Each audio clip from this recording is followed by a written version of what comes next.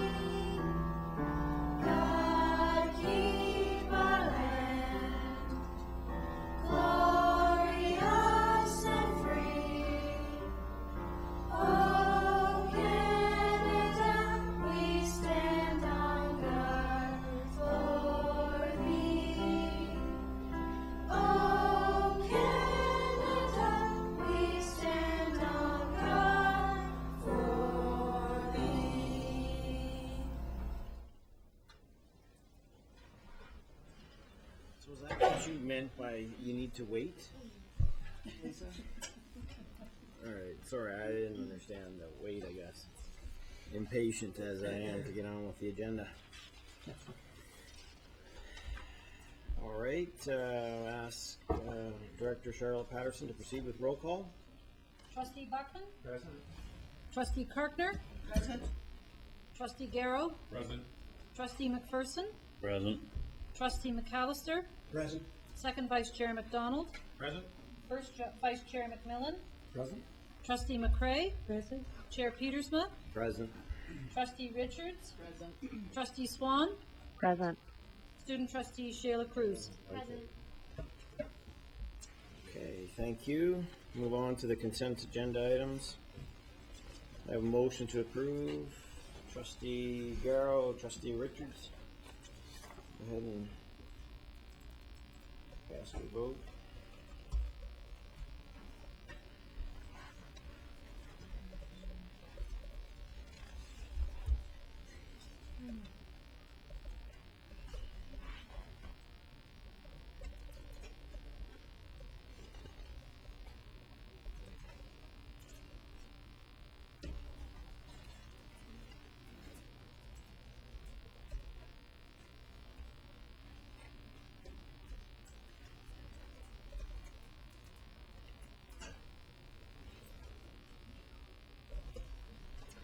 Okay.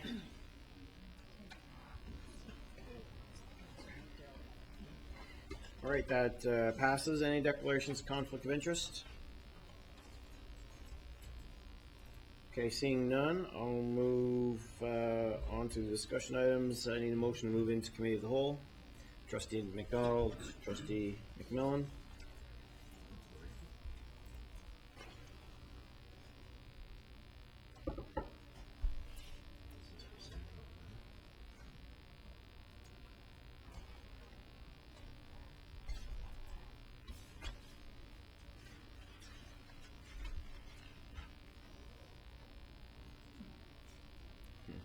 Anyway, anybody opposed? All right, that carries. Yeah, it did, but then. All right. So we'll move on now to our next item, which is one of our ongoing school success plan presentations, and invite Superintendent Mills to introduce Central Public School. The floor is yours. Okay, thank you very much, Chair. I'd like to welcome Principal Darrell Beck from Central Public School, along with his team, to come to the table. You remember Darrell did a presentation last year as principal of Viscount Alexander. I also want to acknowledge the presence of Coordinating Administrative Principal Chris Boulay in the back. And I want to thank Darrell and Chris for their leadership in the City of Cornwall with the Cornwall family of schools. So welcome, Darrell. Thank you. If you could also introduce your team. Absolutely. I'd like to introduce Mrs. Janet Galately, who is the Vice Principal at Central Public. Also with me this evening as some of our school community representatives, Mrs. Jacqueline Slowey. And also this evening, there were plans to have Mrs. Shelley Cameron here this evening. Shelley is one of our kindergarten teachers at Central Public. Unfortunately, she had something come up and she does send her regrets, as does Mrs. Sabrina Helmer, who is the co-chair of our school council. So that's our team this evening. I'm very pleased to be here this evening to speak about Central Public School. And just to start off this evening with some demographic information about our school, for those of you who may not know, we're located in downtown Cornwall, and we have a pretty significant and rich history. The school dates back to, at its current location, to 1883. We are part of the Cornwall family of schools, and we are a feeder school for CCVS. Our current enrollment right now is 437 students, and that includes 53 staff members on top of that. And we serve students from junior kindergarten to grade 6. We offer programming in French immersion as well as regular programming. And we are also part of the Kinsman merger from the fall of 2012. Something new to us this year, and something that we're very excited about, is our transition to the full-day kindergarten program. So that started in September of this year. And as we speak, we are undergoing some very exciting renovations and construction to our school to accommodate the FDK transition. This year at Central, we have embraced the challenge to do things differently. And it is my opinion and the opinion of our school community that we've come up with 3 unique and challenging goals to help meet this.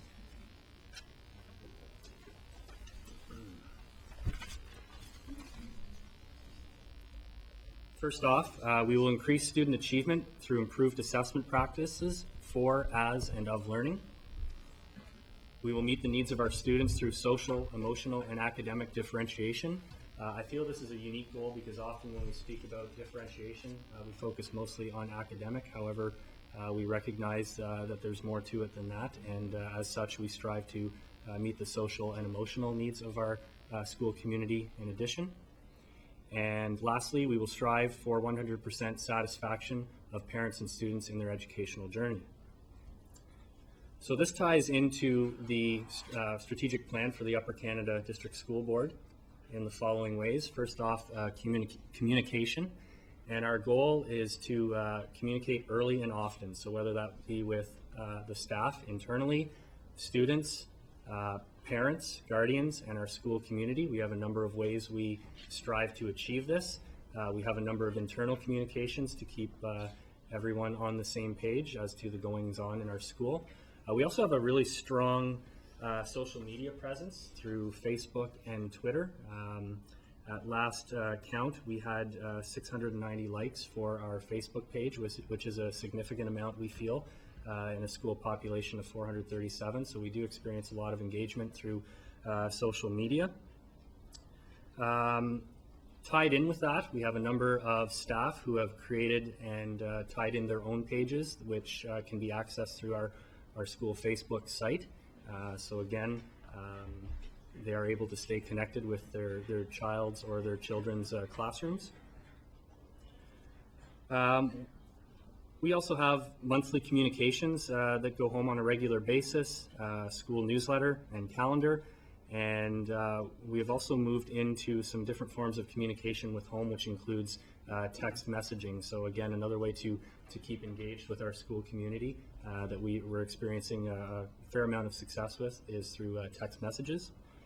And lastly, I'm pleased to report that this year we have been able to reintroduce our school council. So at last count, we had 5 members of our school council who are at the table with us, in addition to our school representatives, and things are progressing well there. Resources. We have a strong focus on technology, and that gets used in the classroom on a daily basis for assessment and evaluation purposes. We have smart boards in every classroom. We have a number of iPads available throughout the school, and also beginning this fall, we were pleased to introduce a mobile laptop cart, which again gets used on a daily basis to support student learning. In addition to that, we have the zone, which is, I feel, unique to Central Public. It is a room that is staffed by a child and youth worker, and it's there to support students with self-regulation strategies, and there's always someone on hand to support whenever needed. And last but not least, as part of the renovation that we experienced over the summer, we're pleased to have a sensory room, a newly repurposed sensory room, which is in our old kindergarten wing, that again gets accessed not only by the students who need it, but just anyone in general at any particular point. So we're very happy to have that in place.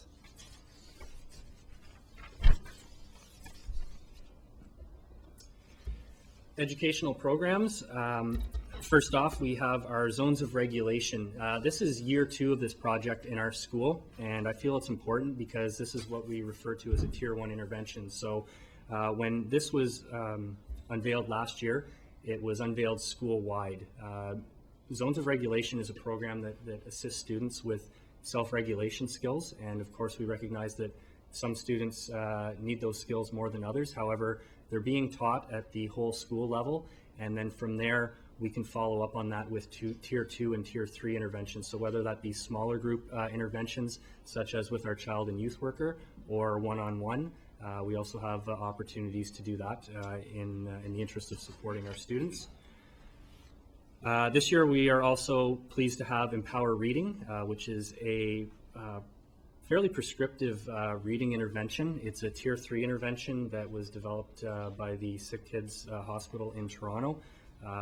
We're in the preliminary phases of that program right now, but I do have experience with that in the past, and notably there are some pretty remarkable improvements in academic scores and reading in particular by students who are part of Empower Reading. And that's also complemented by the LLI program, which is Leveled Language Intervention. So we have that up and running again throughout the entire school.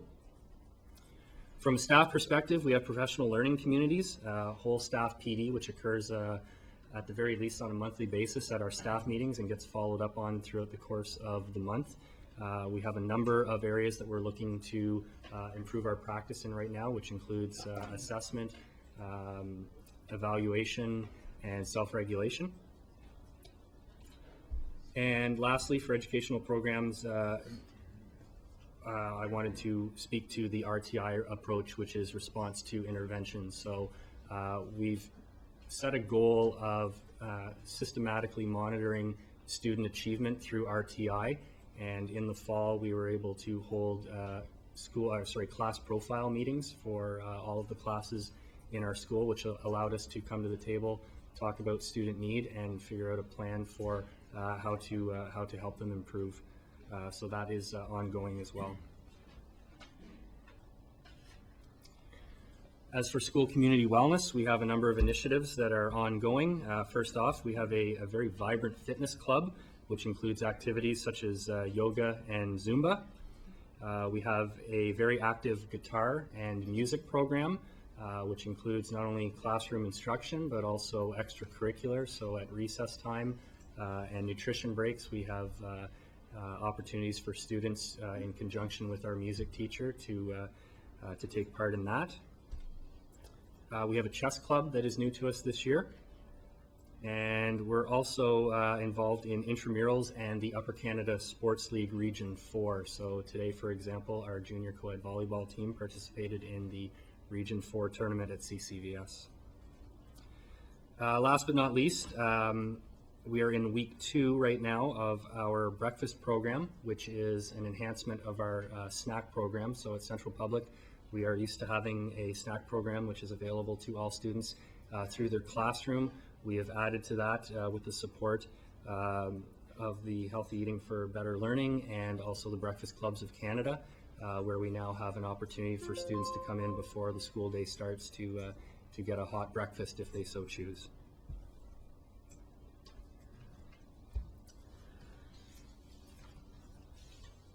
I wanted to speak to our EQAO trends, and I'm very pleased to report that our EQAO data is trending upwards, which is very positive. This slide here shows our results from the spring of 2013-2014 compared against our 5-year average, and in all cases across the board, grade 3 and grade 6, reading, writing, and math, our results are trending up. And then in the far right column, that shows how we're trending in comparison to the province.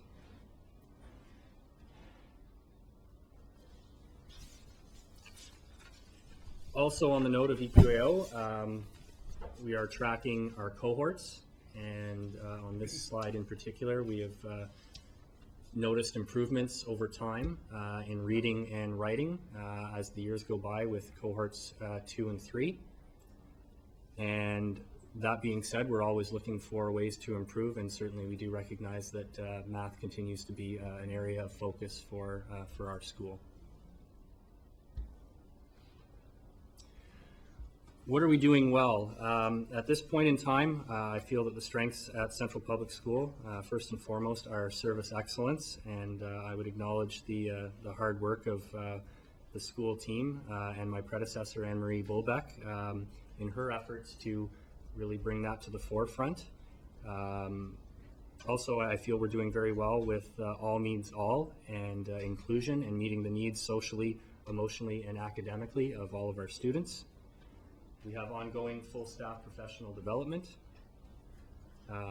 We are connecting students to school through academics, athletics, and the arts, and we're doing that in conjunction as well with our Champions for Kids Foundation. And lastly, we're fostering community partnerships that serve our students and families, and we're very fortunate in the location where we are to have very good relationships with the Boys and Girls Club, Big Brothers Big Sisters, CAS, Cornwall Community Hospital, Cornwall Community Police Services, and other local agencies. Next steps for our school, we feel, are to focus on improving achievement in math. We will also continue to target interventions for students who struggle socially, emotionally, and academically through the student support process. We also recognize that students must be engaged through inquiry, enhanced use of technology, and that could be through the Bring Your Own Device initiative or through school devices, which we provide, as well as through social media. We believe there should be a continued implementation of data-driven, systematic monitoring of students, and in particular, we're going to continue our focus on RTI, response to intervention. There will be a continued rigor and accountability towards the strategic objectives of CREW and the 90% goal. And lastly, we are still looking to enhance our student voice. And that's it. Thank you. Okay, thank you very much. Comments, questions, trustees? Trustee Garrow? Thank you. Through you, Chair. I've been meeting regularly with Akwesasne Mohawk Board of Education, and their EQAO scores are also down. And I've noticed that you have focus in improving your achievements in math, and I think maybe through Tim, if we could, and Charlotte, maybe if we could set up a meeting with the acting director, Debbie Turance, and her group. Because they're also struggling with the same, and if there could be, you know, within your family of schools, it seems like everybody is focused in on that. And I just would like to reach out maybe and just set up a meeting with Akwesasne Mohawk Board, and the director, and some of the teachers, and maybe combine forces and if we could. Trustee McDonald? Thank you. Principal Beck, you heard Superintendent Mills introduce you, and you were here last year. You did such a good job, we decided to move schools so that you could come back and make a presentation. Thank you.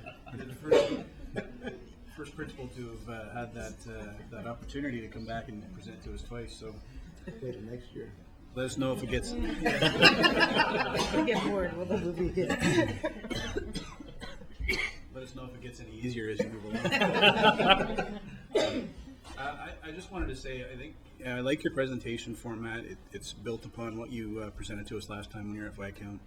Present the data in a way that we can see it. It allows us to focus in on it. I like the color opportunities that you're using to emphasize where we are, the good, the bad, and the ugly, and that's fine.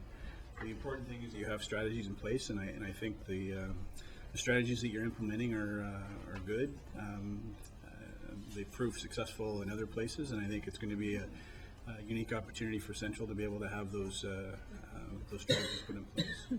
So I want to thank you and your staff for doing the things that you do to make sure that Central Public is achieving the excellence that we expect. I think the kids there are very, very welcoming. They recall you from being there as a vice principal. Just to share with trustees, I had the pleasure of attending an open house in September, I believe it was, and Mr. Beck and his staff had an open house, and parents were welcome, and I had the pleasure of handing out pizza to the students and parents that came through the door, and what a unique way to meet the kids in the school and to meet the parents. So I applaud you for doing that and making sure that you got as many people through the door to come in and meet the teachers in the classrooms that particular day. I think moving forward, I want to see the progression that we have on this. I think it's a unique school that adding into the opportunities of being a school that is already have an enrollment pressure because of some of the things that we've done around kindergarten. We built Central Public, only a few years ago, more than a few years ago, but it seems like yesterday. We already had 4 portables on that school, and now we're having an addition. So to add to that complexity of having portables and having an addition and managing the school in a day-to-day environment. So good job for doing that, and I applaud you for all you're doing and your staff, and Janet for being here as well tonight. So I couldn't be more proud of the school, and thanks for everything that you're doing for Cornwall. Thank you. Just before I go to Trustee Karkner, so you mentioned the new school and you're getting another one, and I just want to know that I have failed Dundas County and You forgot about the addition at Amherst Corners. schools. Something was not quite right. Trustee Karkner? Through you, Chair. I noticed in your next steps, your main focus at the beginning, or maybe they're not in any particular order, is on improving the achievements in math, and I think that is a board-wide problem, maybe not a problem, but we have to do something about it. Is there anything that's special to Central that you are doing that would give us an idea as to the other schools that are listening in as to what they could do? Through you, Chair, I do feel we have one initiative in particular that is unique to us, and that would have been the implementation of our summer math camp 2 years ago. Unfortunately, we weren't able to have it this past summer due to renovations, ongoing renovations, but it is something that we look to continue in the future, and something that we are hopeful, in addition to other board initiatives, will help us improve in math. Thank you. Okay. Any Trustee Buckland? Thank you, Chairman. And thank you, Principal Beck. How wonderful to have the name of a great beer. 2 things. I wondered also, as Trustee McDonald mentioned about the building. I just passed by from the outside. I saw the wall go up. I saw the wall go down. I saw another wall come up. Are there any special inconveniences or concessions you have to make for building under such and teaching under such conditions in sort of medias res of a building? Through you, Chair, I believe it's been a fairly seamless transition. I mean, obviously there's a certain level of distraction that comes with a construction crew being on site. However, I feel we've taken advantage of that opportunity, and in some cases, in our kindergarten program, for example, we've used that to fuel inquiry learning and play-based learning. So we are very fortunate in that we have a good relationship with the contractor on site. They have been very good to us, and I feel in return we've been very good with them as well. Good. Could I have a second point? Trustee Buckland? It's a heavy philosophical question. When you think of the traditional elementary school with 7 and 8s, So we've taken out the top and we've added something at the bottom.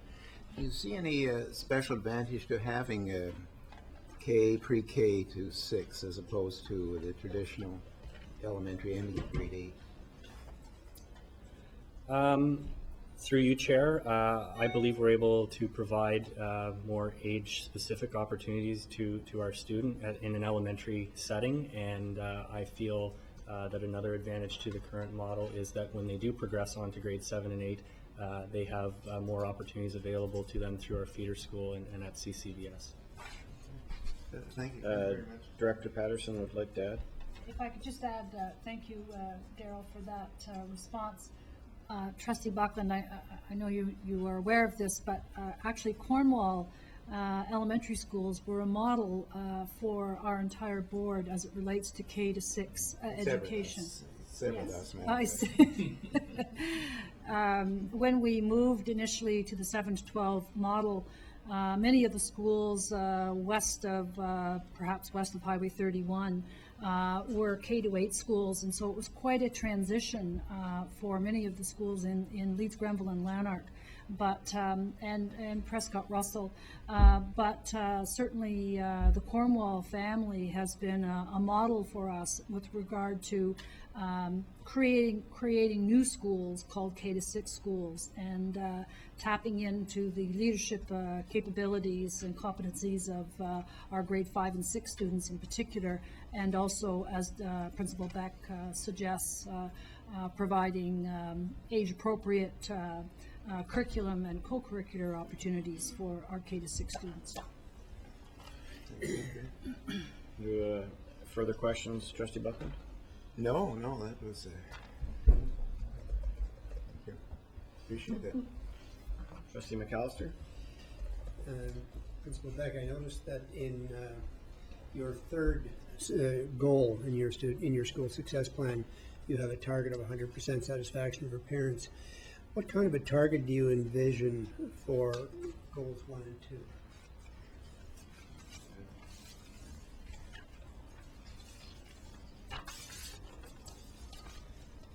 Through you, Chair, I guess what we're striving for, ideally, would be 100% satisfaction throughout all of our goals. It just becomes a matter of how to best measure. Goal number 2, meeting the needs of our students through social, emotional, and academic differentiation, I think can be reflected through the amount of engagement that we see and the number of students who are able to serve, and it'll also be reflected through our enrollment, I would anticipate. As for goal number 1, increasing student achievement through improved assessment practices, I think that needs to be measured in conjunction with our staff, teachers, EAs, ECs, ELL instructors, and maybe some attitudinal data could be collected at the conclusion of some of our whole staff PLCs. Thank you. Any other comments or questions? I'll save mine for the next presentation. Okay, 6 months. All right, thank you, Principal Beck and your team for coming and being part of our school success plan review process, and who knows where we'll see you next. But no doubt you'll be back. Thank you very much.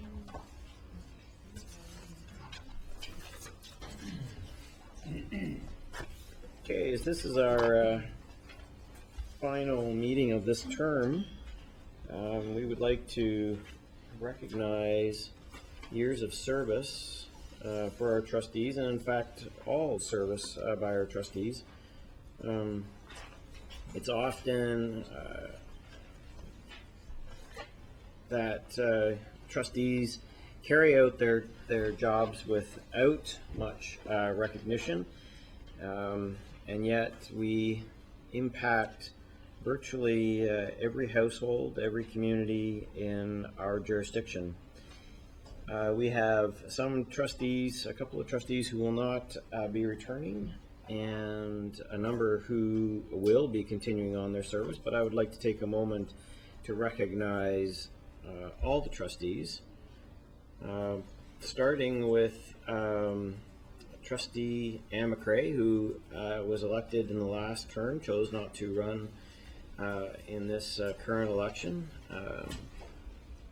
Trustee McCrae and I have become good friends, and there's really nobody who personifies care and rigorous attention to detail. I know that we always in management council would sit there and say, now what word is Ann McCrae going to be looking at? So you brought attention to detail and rigor to policy and written reports that caused us to all ensure that we brought our A game all the time. So Trustee McCrae, I'd like you to come up and give a small presentation.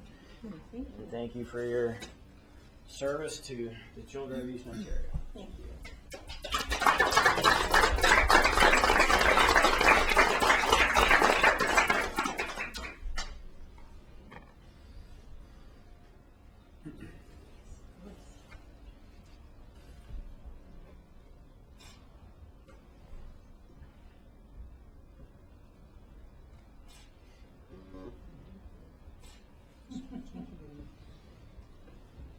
All right, we're good?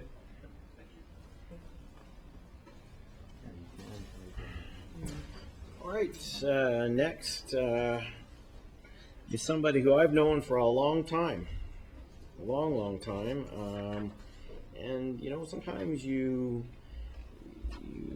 say goodbye to somebody and you don't ever expect that you will, have cause to work with them again, or but that is not the case with Trustee McAllister, who was elected in the last election, and I have to say I was surprised and pleased.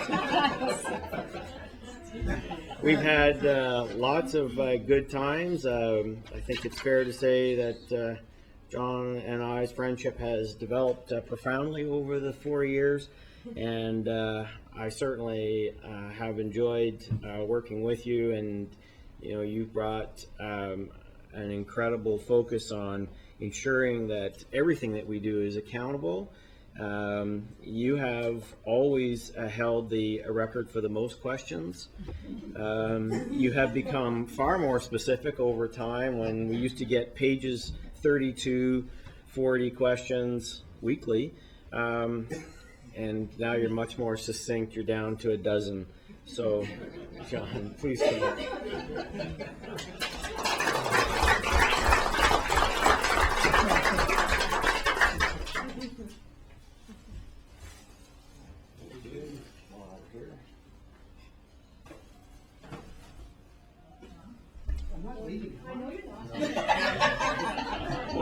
We didn't tell you.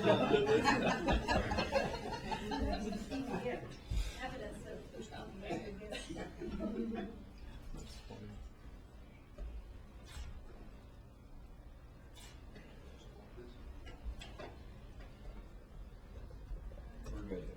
Thank you very much. Thank you.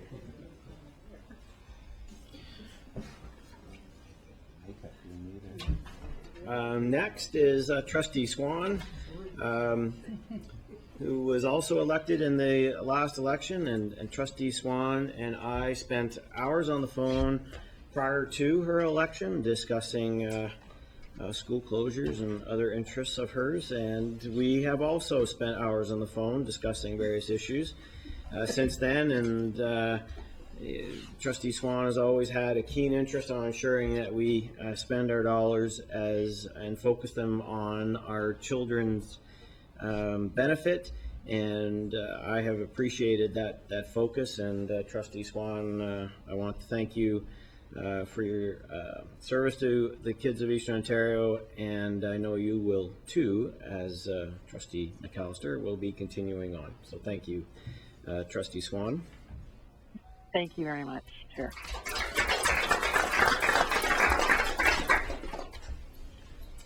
Now, the next trustee, Trustee Karkner, also elected in the last election. I knew from seeing around the board office, but didn't know well, and again, I've become, it's been a great experience working with Carol. Carol has a a political acumen and a focus on her schools and making sure that Prescott Russell does not get forgotten. She works tirelessly there, and I certainly have enjoyed and want to thank you for your service to the children of Eastern Ontario. Please come up.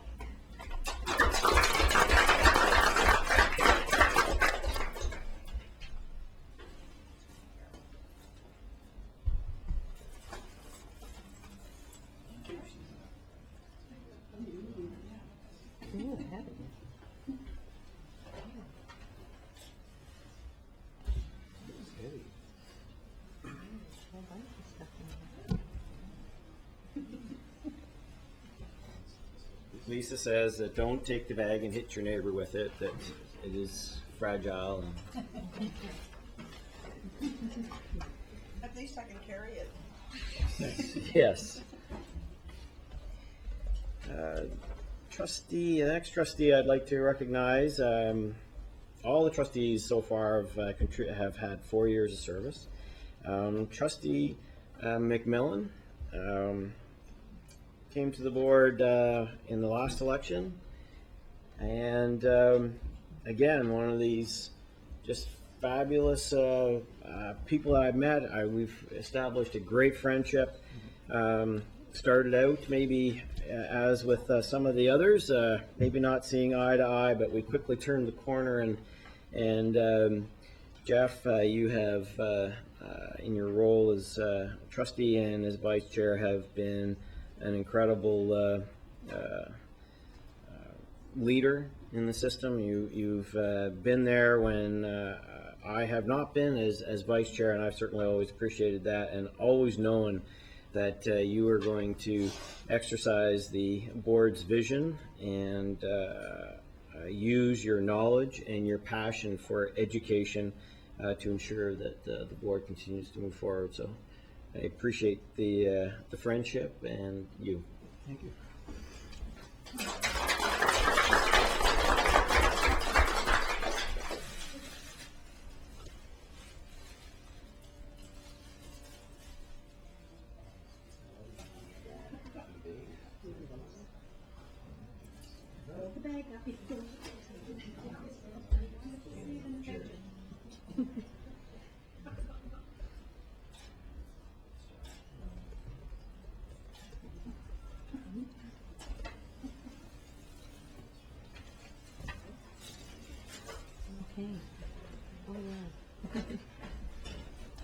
Next, I would like to recognize our student trustee who's halfway through her tenure, and yet, I still would like to recognize it. And moreover, I'd like to recognize the position of the student trustee, which is a great addition to the board table, to our thinking.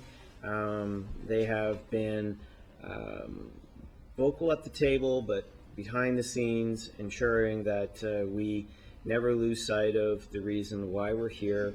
And Shayla, you've done an exemplary job in the short time you've had so far representing the students and being a real champion of the student trustee position for the board. So thank you, and would you please come?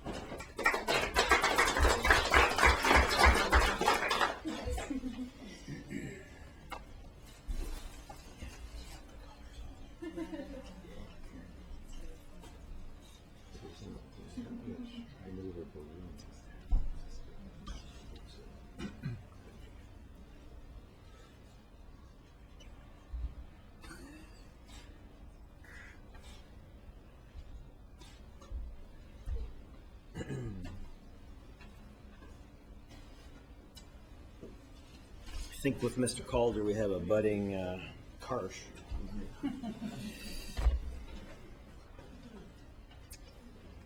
Another important position at the table is the representative from the Akwesasne area, and we have had Peter with us for nearly 10 years now, and Trustee Garrow has represented the interests of the Akwesasne people, but First Nations people across the country, and ensured that their students are well represented, and ensured that we also stay on the cutting edge of offering the opportunities that every student deserves, and making us realize that this is the fastest growing student population in Canada and needs to be paid attention to as they represent a significant part of our future. So thank you, Peter. And you will also be receiving our 5-year pin, service pin as well.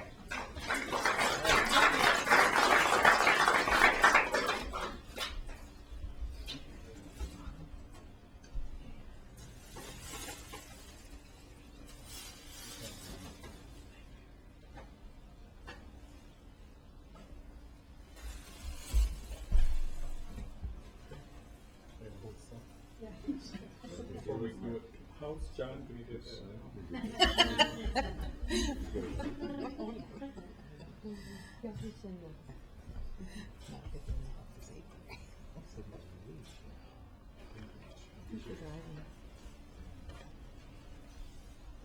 Peter, too, will be continuing in his role as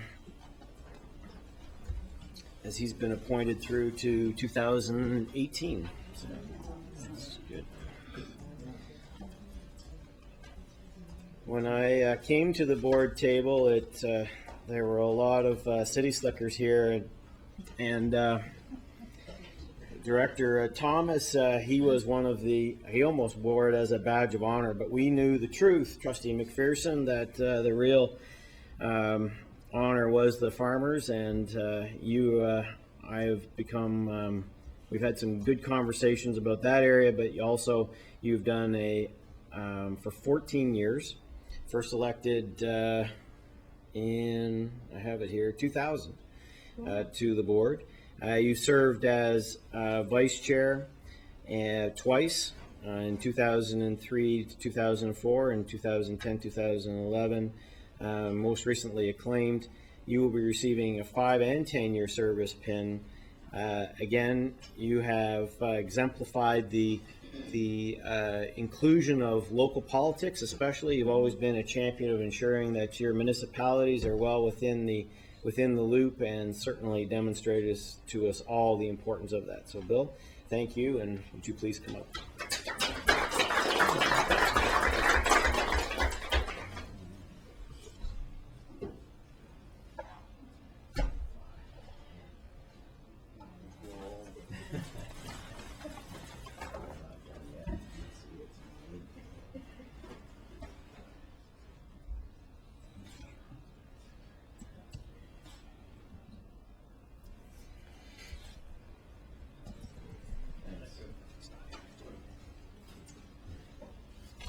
Trustee McPherson, as I mentioned, was acclaimed in the last election and will continue to represent Ward 2. Ward 3 is represented by Susan Richards and has been for 11 years. She joined at the same time that I did in 2003. Susan is, I think, our go-to person on special education, has always been a champion for those students, but also a champion for her ward, and ensuring that her students receive the attention and keep us focused on moving forward. So, Susan, I've certainly enjoyed working with you. And you too will be receiving your 5 and 10-year pins. So would you please come up?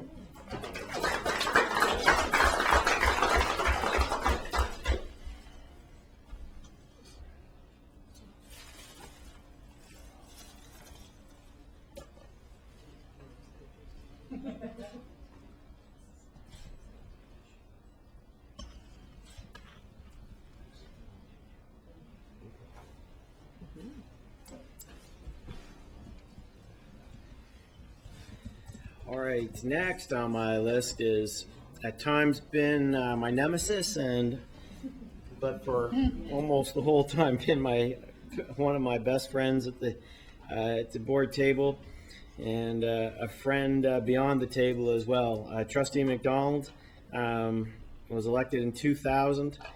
He has been vice chair 2001 to 2002. He was chair from 2002 through 2006. He has been a trustee for 14 years.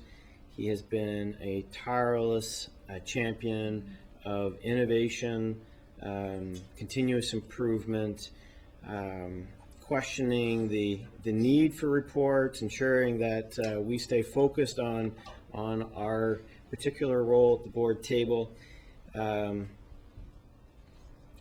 David, you and I have had some great sparring matches, and I think that, you know, one of the things that I have appreciated most about you and the way that you work at the board table is that we can speak our minds, we can differ vehemently, but we never lose sight of the fact that we share a common bond, as we all do, that we're all here to make student learning progress.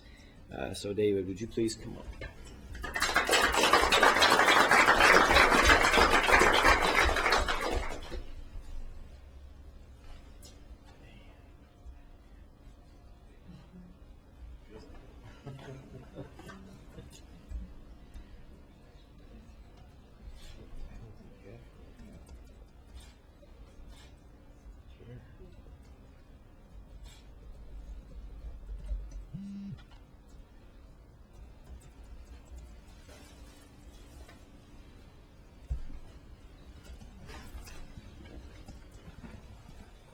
Ward 9 has been represented by one trustee for a long time.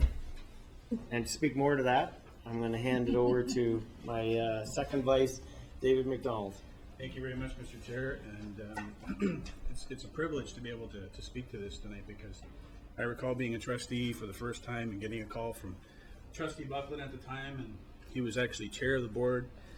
He wanted to have lunch, maybe it was supper. It was at the Glengarian. He set me straight. He said, listen, this is the way it's going to be. This is what you're going to do. You got a problem with that?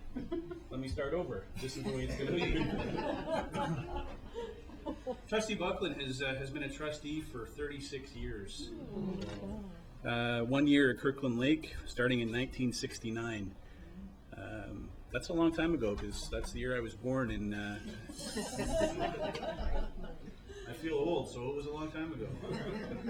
He also served with SDG for 18 years and a month, from December 1st, 1979 to December 1997.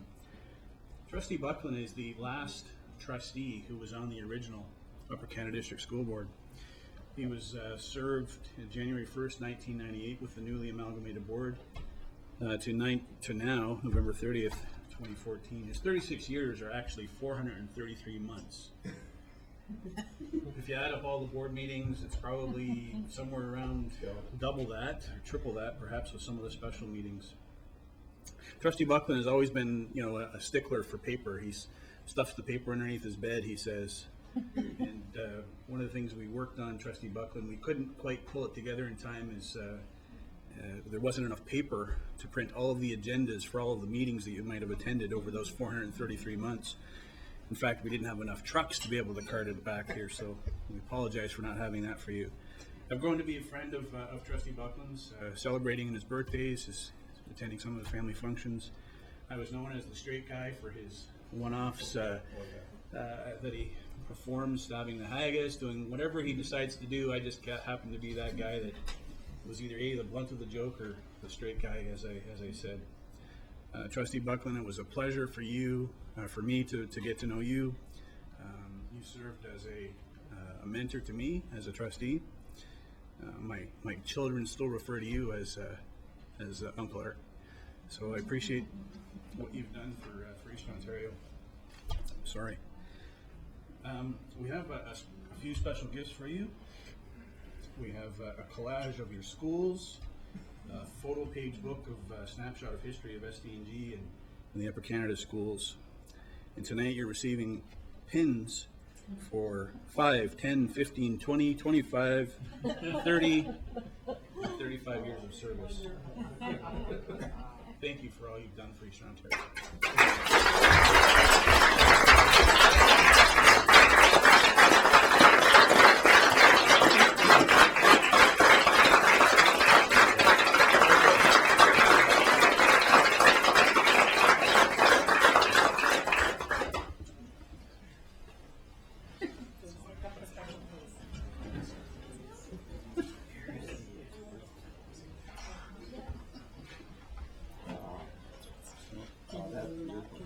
Studying here.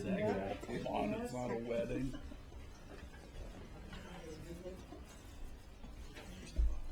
Okay. Not a manager. No. All right, they didn't put your poster on. They are available. No, you need a picture with the You can get all your, I don't know if you can get all your gifts in. Why is it crying? Oh, thank you. Well, they must have figured I was the crybaby and they gave them all to me. Oh, have a cry. No. That's wonderful.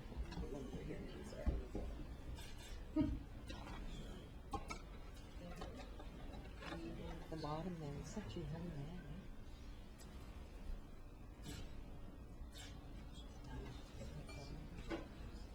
We went by his house at Thunder Bay. That's right. That's right.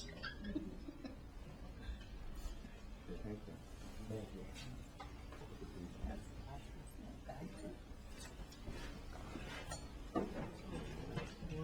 Take this one.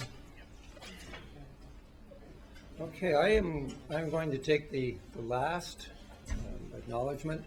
Before I do that, I want to acknowledge some special people that are here tonight.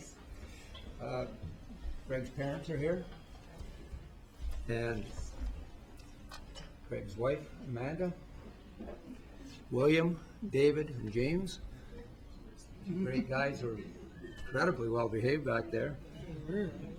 Sam is not here. Sam is off in Toronto setting up a booth, but Sam did send a message. If you don't mind, I'm going to read the message from Sam. He said, "I am proud to be your son. I have always loved listening to the meetings and the speeches, and watching you lead has shaped me into the person I am today, for better or for worse."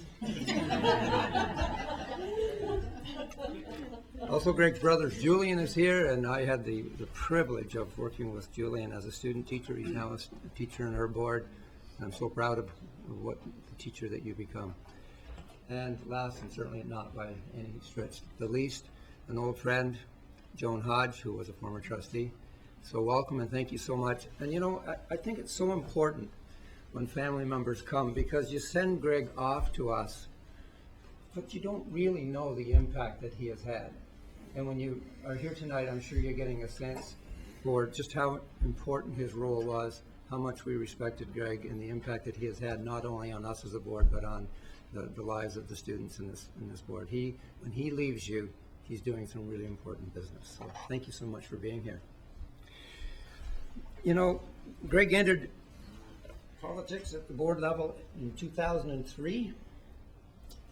He served as a vice chair from 2004 to 2005, and has been the chair of the board for the last 8 years. Greg has worked unselfishly on behalf of the Upper Canada Board for the last 11 years. This has come with personal sacrifice. He's been away from his family, away from his kids, and away from his job. Through this leadership, Greg has encouraged us to open our minds and to focus on what the role of a trustee really is. He's pioneered change in the way we conduct our business and the way we measure our growth and success. There's been many challenges for Greg and the board over the many years that he has served. It has not been a straight road, and it has not been an easy road. Yet Greg has remained committed to doing what was right for the system and for the students in Upper Canada. And he has never, ever backed down from a tough decision. On behalf of the board, I want to thank you, Greg, for your years of dedication and your true leadership. We've been proud to have you as our chair for the last 8 years. I'm going to miss you as a trustee. I'm going to miss you as a leader. I'm not going to miss you as a friend because we know where you are. And when we need to reach out for a voice of reason and for a voice of just plain wisdom, you're the man we're going to. Greg, you've given so much, and there's no way that we could ever thank you for what you've done for us. We wish you the very best, and we're going to give you a few things tonight. We'll start off with, you're going to be getting a 5-year and a 10-year service pin. We have a special gift basket that has been made up for you with some useful goodies, and a survival kit that will help you retire. Actually, we should have a survival kit for your family to help them survive. And before we do that, there's another award we're going to give in a moment, but I know that Trustee McDonald wants to say a few words. Thank you. It's a rough night for me. I'm losing 2 good friends at this table. You're not going anywhere else. Greg, you mentioned earlier about our ability to talk at this table, to butt heads, to leave it here. And I love that about you. It was a tremendous opportunity for me to get to know you as a person, get to know your family. We shared many moments together. This board is better off because of what you've done, better off because of the challenges you put forward to each one of us and to our staff.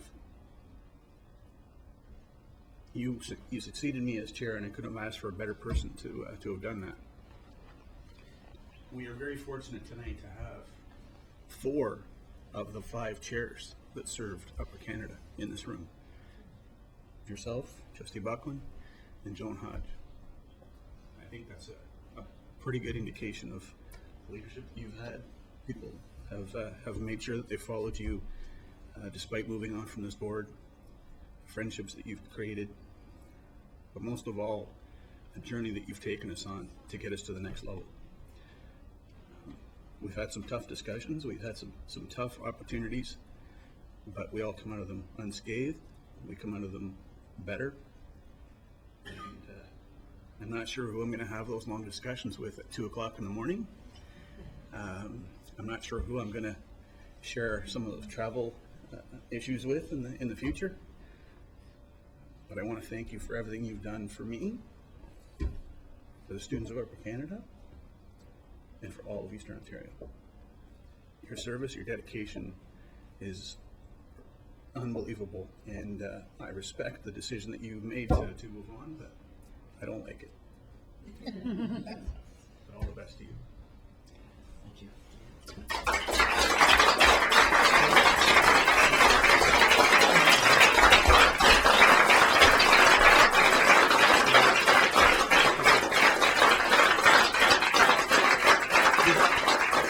Before we do that, we have one other award that has to, this is a new award.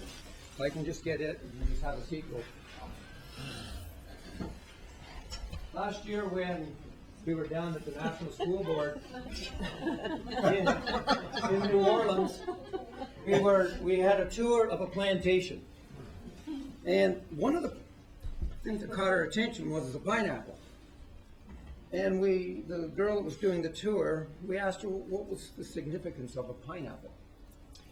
And she said, well, when people came to visit the owners of the plantation, they often would come and stay for a considerable amount of time. So when they first arrived, they were given a pineapple. And when they had overstayed their welcome, they were also given a pineapple. So I say that with all love, and you know that. Greg, that actually should go to your family. They can give it to you tonight. And when you've overstayed welcome your home? yes, and when you've overstayed your welcome at home, they'll give you another one. So we do have things for you. I don't think I can lift this one. Did you lift it, Lisa? If Lisa can lift it, I can lift it then. Yes, that's a lovely gift basket. Wow. Cleaning kit. Cooking. What's the cleaning kit? What's that? Shoe polish. Pins Thank you. Pins. Pins, thank you. and the bag. Thank you. Now I have to sit in the audience. All right. Be the final picture. Your tie, vice chairs. Decorum expert. Eyes only.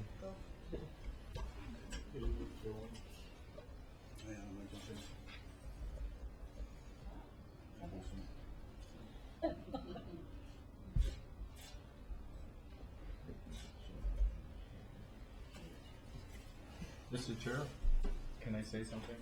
Go ahead. Can we have a picture of the 4 chairs? Joan, That's a Art, great idea. you know? David, Joan, can you come up? That would be great.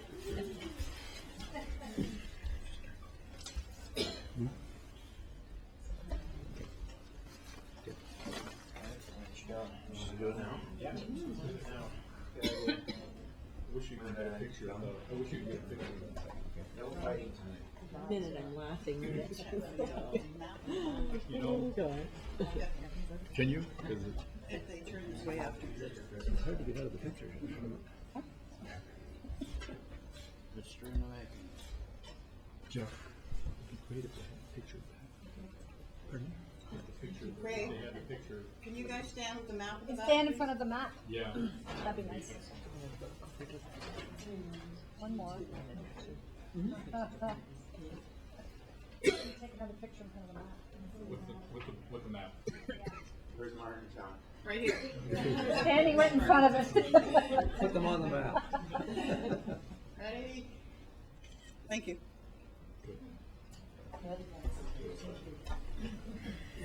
So before I finish, I'm just going to ask, if you don't mind through your chair, if Trustee McAllister, you have a few things you'd like to say. I'd like to say something about the 3 departing trustees, our colleagues. I believe you have asked, as Greg alluded to, almost as many questions as I have in the past 4 years. So I award you second prize. Your commitment and work at the board table and in committees and in your community is well documented and appreciated. It's been a pleasure working with you. You too, John. Art. I have a few heavy philosophical comments to make. You and I shared a number of things, Stormont Dundas and Glengarry, a sense of humor which I will miss, a love of music and an appreciation of some of the finer things in life, a commitment to public education and a balance in approach. Next week on December the 3rd, if you will recall, December the 3rd will mark the 4th anniversary of that infamous inaugural meeting, which provided proof that it's best for trustees to meet in person rather than by teleconference, especially when haggis is involved in some undisclosed remote location. Art, I will miss you and good luck and thank you. Greg, you and I had a rough beginning, and I think that's well documented as well. As you have made me, as my mentor, you have made me a better trustee and a better person. And this is a classic case of a teacher-student role reversal, because as many of you may know, I did teach Greg, and that role has been reversed, and he has done perhaps a better job with me than I did with him. You ensured that we would succeed in our projects, and with the accountability framework which you led, this board is getting better. We are not yet the best in the world, We're not world-class yet, but we are indeed improving dramatically. You have succeeded in bringing us to the next level. And on a personal note, I'll miss our phone calls, which often turned into constructive venting sessions. But nevertheless, together, we as a board have accomplished a great deal. I will miss you, my friend. Thank you. Nice.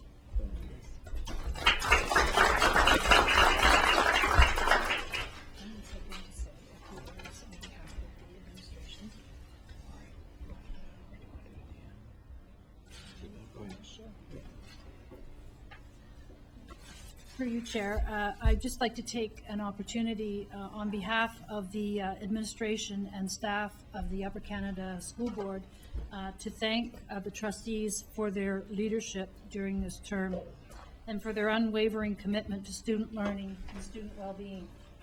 We are better as a result of this board's accomplishments.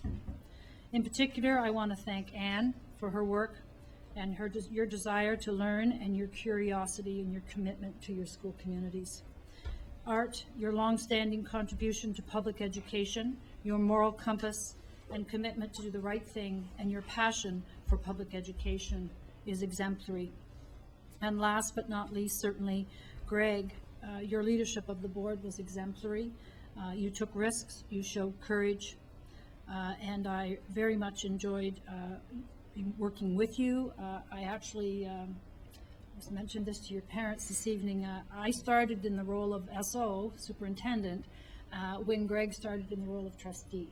And we took a few dances around a few issues early on in Greg's tenure when he represented Dundas County as trustee. And we resolved them, and I have to say that I just want to particularly thank Greg for his support and his confidence in me and confidence in members of the senior team. So on behalf of all of us, administration and staff, thank you for the great work that this board has done. And for those of you who will continue on, I look forward to working with you in the future. Thank you.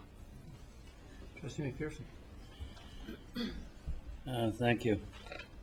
First off, my thanks for the recognition of my years of service. Some of you will notice some gold stars floating around here, and I do mean floating. The reason I have decided to give you each a gold star is it has been the universal symbol of success. It amazes me today how excited I was when I got my first one, well, probably 55 years ago. And students today still get excited about that little pasty gold star. So I've awarded each one of you a gold star.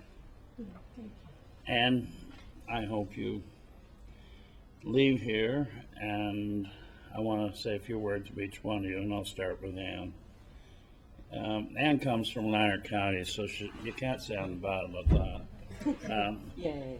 Anne and I have shared a background in 4-H, agriculture, junior farmers, and we also have a common bond in that her mother was a school board trustee, as was my father. And I think that we both found out that school boards have changed a lot since then. So she gets a gold star for caring and empathy. Anne has never been afraid to go toe-to-toe with anybody if it involves student success. We're going to miss you, Anne, and I thank you.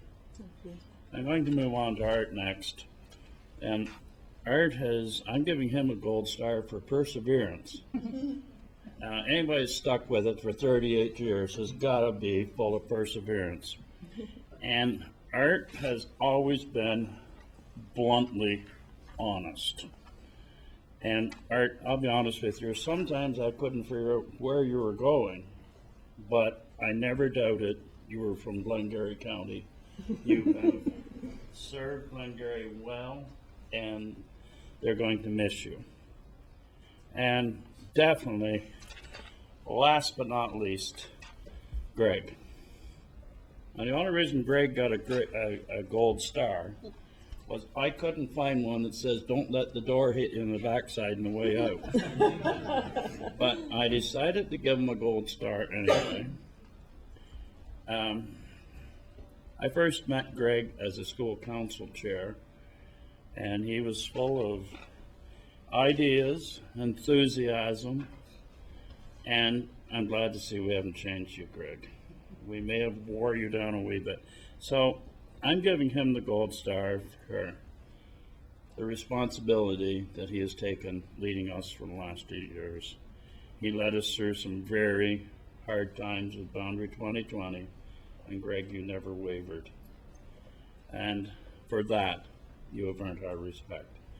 So I can just want to close in saying that my life is fuller having known all three of you. So thank you.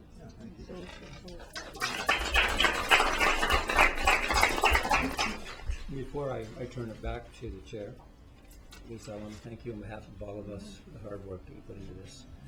Behind the scenes, you've made this a wonderful event, so thank you so much. Pass it back to the chair.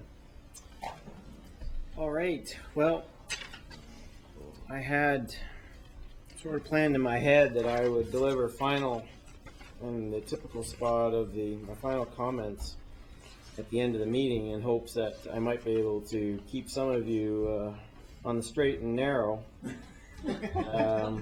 But seeing that everybody has said such wonderful things, I feel that it really is now that I should say my thank you. It's been stated, I joined the table in 2003. At the beginning, I my reasons for being a trustee were always based on my dad's comments. I remember one time we were talking about, I had some harebrained scheme that we were going to homeschool, and my dad said that, if all parents who care passionately about education homeschool their kids, then what chance do the parents who either can't or don't have the inclination to value education? So it's important that you send your kids to a public school. And I took that to the next level too, that as parents, my parents are always involved in school board in the local schools. I remember my dad, my mom being part of school councils, but my dad, I remember chaperoning a dance at Seaway, and he turfed some people, and I think he had some fun. But I took it to the next level that as parents that we should push our involvement, and certainly after becoming chair I remember showing up at a meeting in Morewood, and the principal was operating the meeting. It was Lorna Anderson, great principal, and I kind of stood up and said, "What's going on here? I thought this was parent council. Shouldn't parents be running it?" And the next day, 3 parents showed up and said, "Well, since you think that here, you're now the chair of the school council." And that was sort of my beginning in the school politics. And I remember as part of the school, as being a chair in Dundas County, you were part of the Dundas School of School Councils, a pioneering group, a group that has had more influence on public education in Eastern Ontario than perhaps any. And I realized then that there was so much more you could do as an individual to affect the positive trajectory of not only our schools but our communities by involving yourself in school politics. And remember when Maria Thompson, my predecessor, resigned, indicated that she wasn't running, I leapt at the opportunity to be part of school council, part of the school board.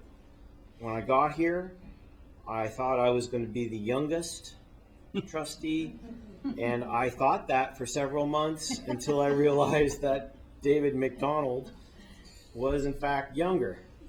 By many years. And he was chair. It didn't seem right, but anyhow, I remember David and many of the trustees were very welcoming. And I remember the first thing that we did of real significance was decide that we were going to build a school in Russell.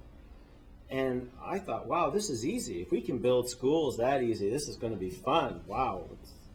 Then I remember 6 months later having to go back, and somehow everybody abandoned the responsibility, but I was there and had to tell the school community that no, in fact, we weren't going to build a school. We'd run out of money. That meeting did not go well, and I learned a lot about meeting management from then director David Thomas as he tried to turn the meeting that I had stirred up and turn them around. At the beginning, I think it's fair to say that there was a real east-west divide. There was a leadership, probably David led the east, and in the west there was a fierce defender of all things west, trustee from Leeds and Grenville, Joan Hodge, who believed that everything was great in the west, and of course we were from the east, so everything was great in the east.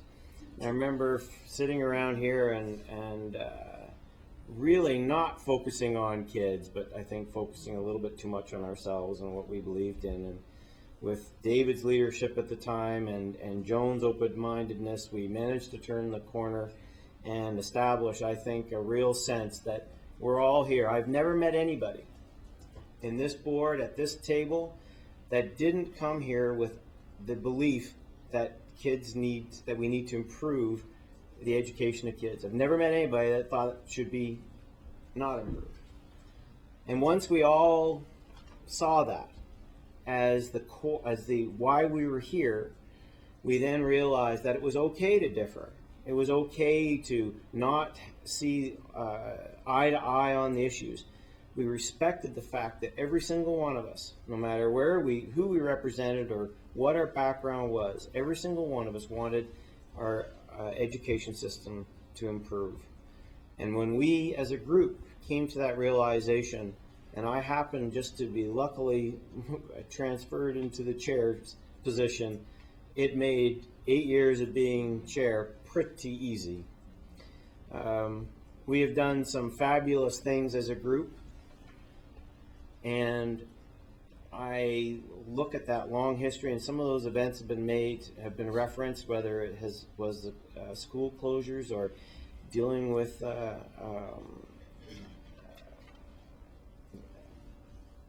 negotiations, or there's a long list of really important issues that we dealt with. And we dealt with them with a sense of real character, the character that we asked our schools to emulate. We too emulated that, and I think that that's really what's at the core of our success. I think that one of the things that I would hope that this board could leave to the next is that sense that democracy is so important. The local voice in education is so important and should not be wasted by bickering and losing focus and becoming obsessed about personal relationships. And we have learned how to do that. We've made changes to the way that we do business. We've redefined what it is to be accountable as a group of trustees. And I think that what I am proudest of is the fact that we're at a real position where we demonstrate that we truly respect the democratic process. That's sort of the theoretical speech. I have a lot of people to thank. A lot of people have made me look very smart, and I appreciate that. The team that works in this office and in every one of our schools does a profound job of ensuring that what we set out to do, our 90%, our rigorous care, whatever it is, that we do very well. So my first thanks are to all those people, some of which I know, some of which I've met, many of which I don't know, but I truly respect everything that they do. Here at the office, I've had the opportunity of working with 2 trustee liaison officers.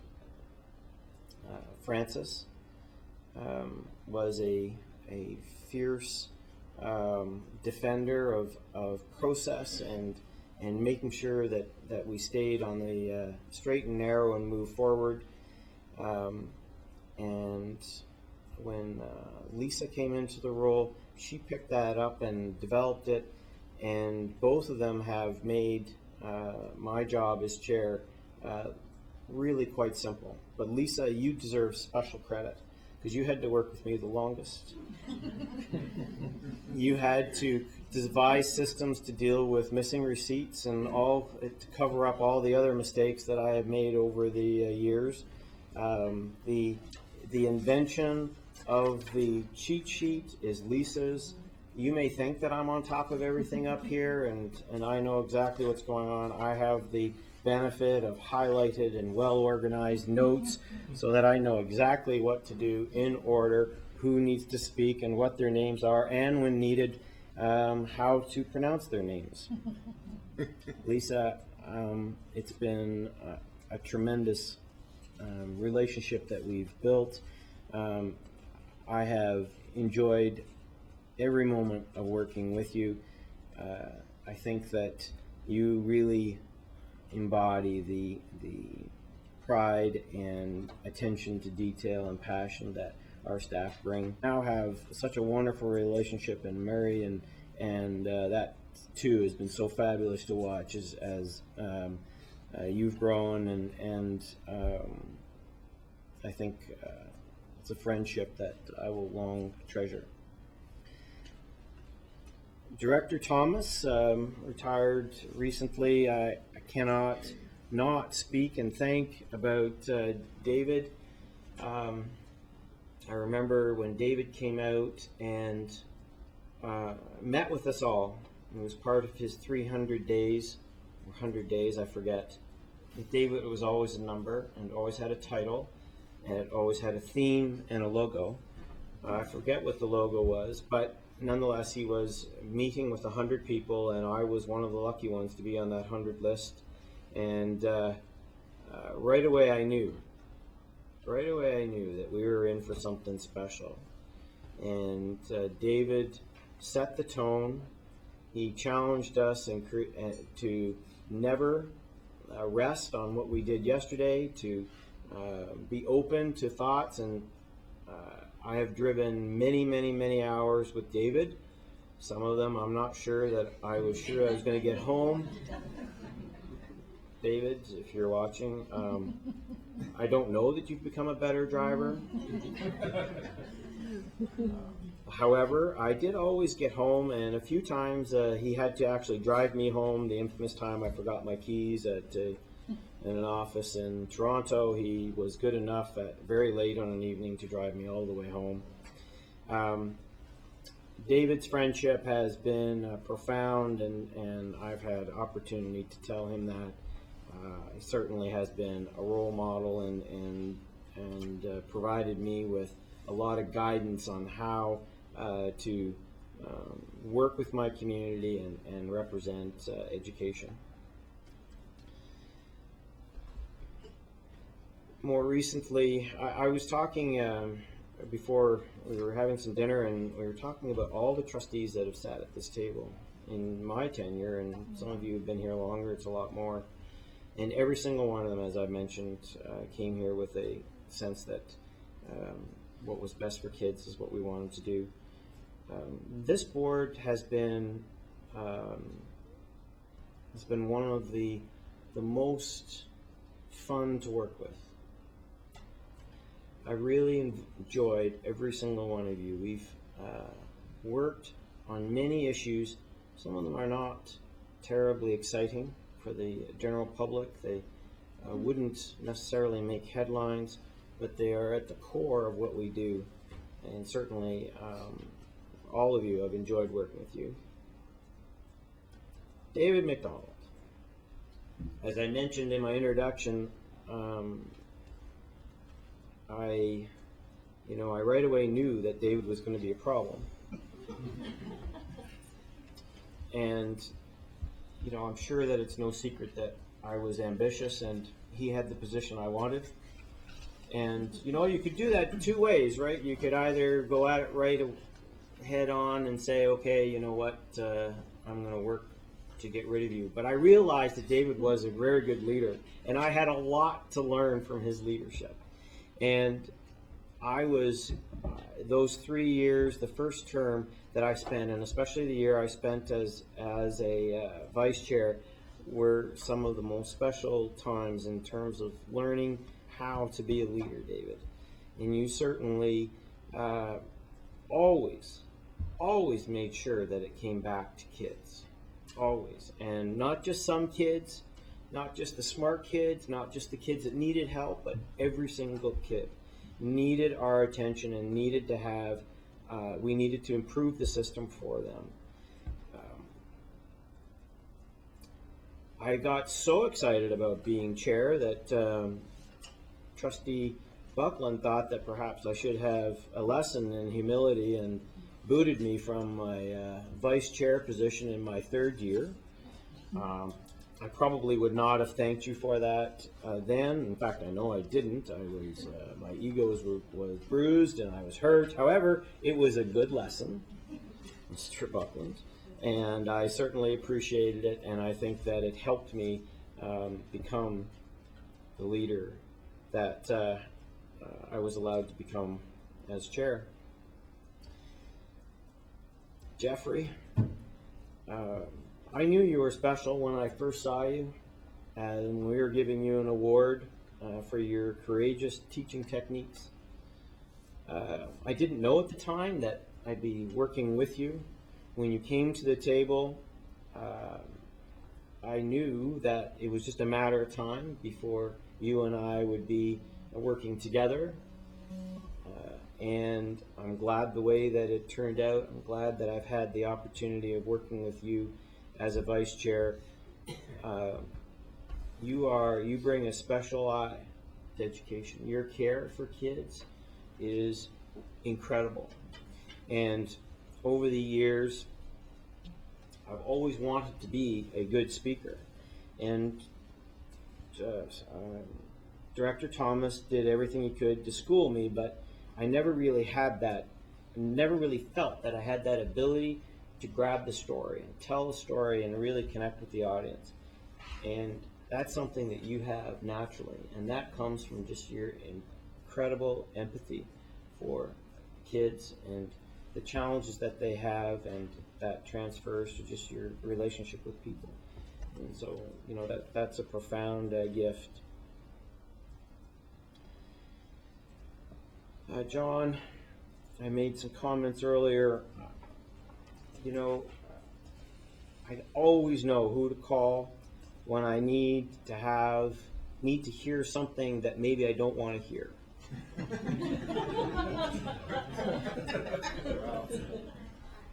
I'm always going to get a test of my theory, of my action plan, and, you know, I think that you always were there. You always picked up the phone, which is, I would call you at any time.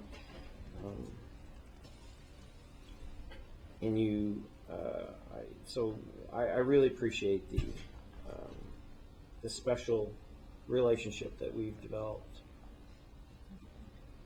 I could speak about you all, and we'd be here for hours, and I'm not near well organized enough to do that. I've made some earlier comments. I do want to, though, speak to my family, who have never once questioned my leaving, my picking up the phone, my talking for hours to trustees. They never once have said, when are you going to be done that phone call? They've never once said, please don't go. Why weren't you at my parent-teachers meeting? Why weren't you at a birthday party? Why weren't you at any of the number of functions? Every single one of you, my parents and my 4 sons and my wife, my brothers, you've always been so supportive of what I've done and in allowing me to sacrifice a lot of our personal time in order to do it. and I always felt that I had your blessing and your support, and I want to thank you for that. I'm going to just make one or two comments. I saw Jeremy out of the corner of my eye, and Jeremy is, I've made a lot of great friendships with the staff and administration, but Jeremy, as I've said it publicly, I did not want to hire you.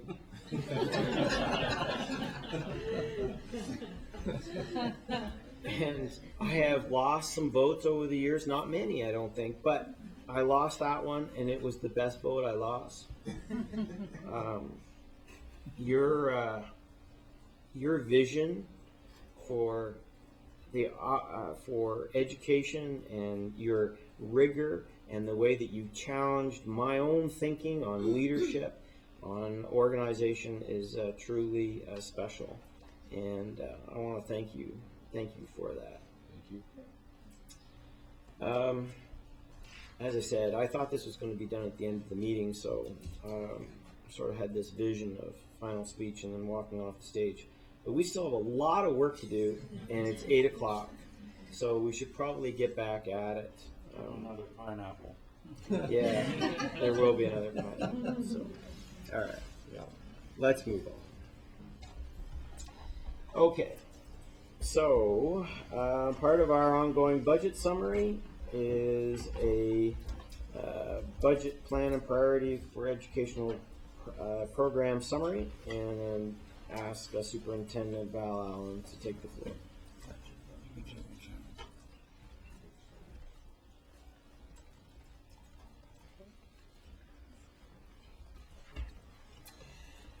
Thank you, Chair Petersman and trustees. Pretty hard act to follow, I must say. But one of the things I heard a lot about in the addresses just now is about the students and your care and compassion for the students. And I think this presentation represents that as well. It's the essence of our work. It's the educational programs that we are providing in our schools to support our student learning. So this is a budget presentation on our priorities in that regard. So when we talk about program and student engagement, it's really about teaching for learning. T4L is an acronym we've used in the past. It is about those two pieces of our organization and about the vision of those two pieces coming together with learning for all students, programming for all students. And although some of the funding from the ministry comes in different pots, our vision is merging those together down the road and communicating that out to the parents and the public, and working in our schools in that clear and purposeful and effective way that as a Board of Trustees you expect us to do.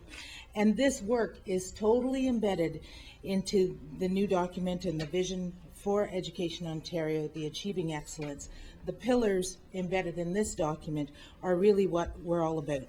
The teaching excellence, the equity, the well-being, and the building public confidence. If we do a good job of this, public confidence follows right along. We don't have to work at the public confidence piece.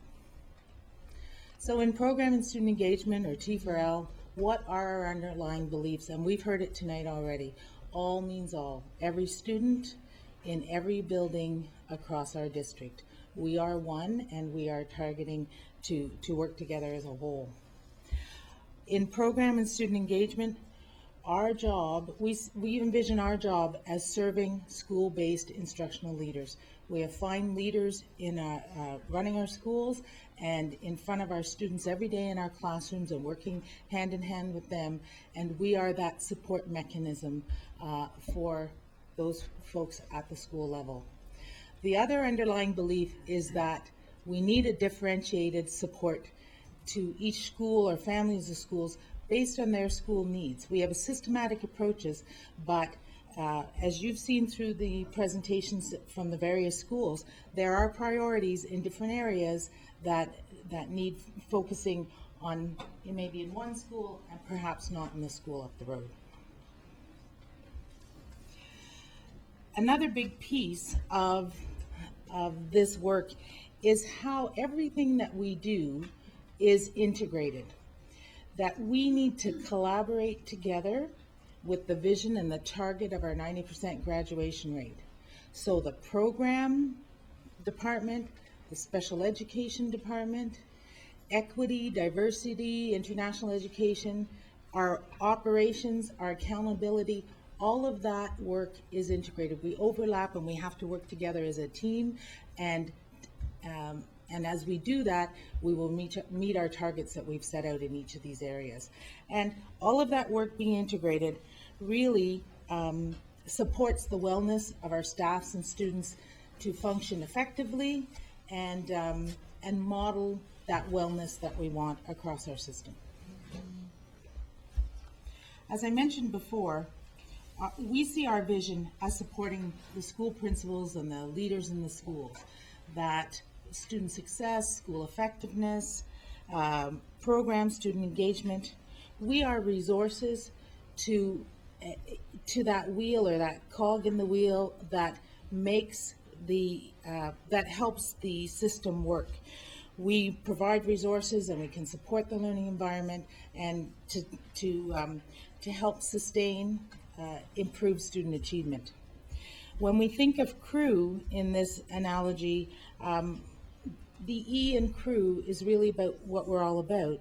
The C, R, E, and W, the communication, resources, wellness, they're all a big part of that puzzle, and that is a culture that we're building in our schools. But when we talk about T4L, we are looking at the E part of the teaching and learning and our core business. So I've divided the presentation into two parts because of the funding piece, but as I said before, we're looking to merge these two pieces. So the first area that I'll focus on for the next little while is student engagement. It's this funding comes through the we call it student engagement in Upper Canada. In the ministry, it's a special education branch. You can see of our total school budget in our board, 13.1% of the total budget is allocated to student engagement, and that comes in various parts. That funding comes in various envelopes into our board. But the important piece is, how is this money expended into our board, out to our schools? And I think one of the big pieces that you can see from this graphic here is the two largest pieces of that funding. If we're looking from a return on investment perspective, they are directly touching students in every classroom every day, because the largest portion goes out to classroom teachers, and the second largest portion of this budget goes to educational assistants, and the third largest piece of this pie graph is for professionals, paraprofessionals that are working in our schools and with our students, helping enhance or helping advising staff, classroom staff, of how to provide better programming and instruction directly to the students.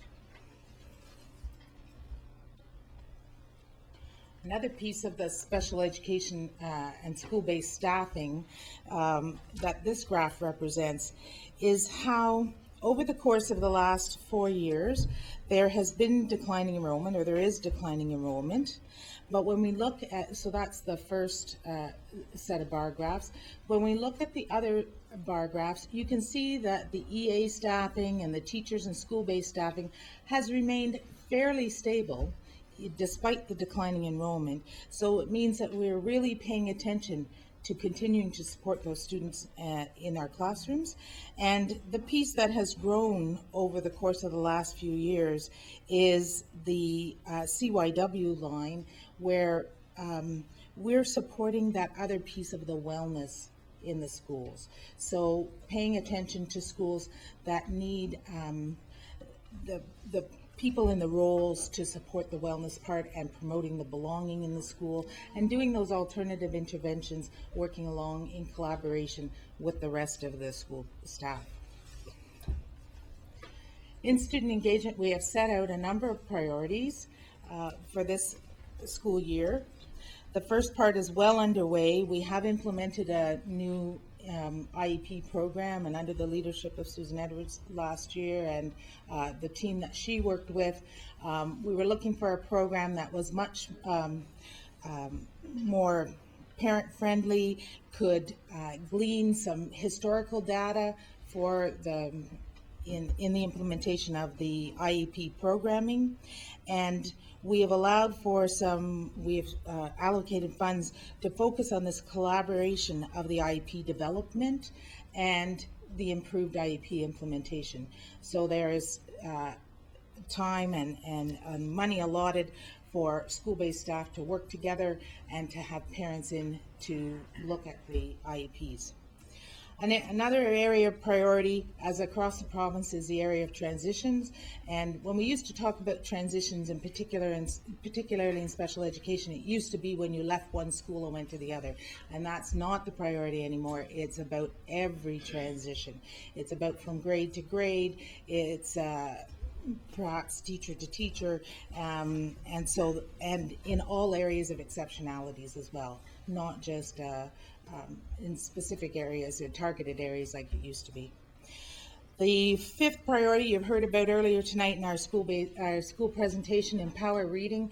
This is a program that we have right now in 65 of our schools. Close to 470 students involved in the program currently.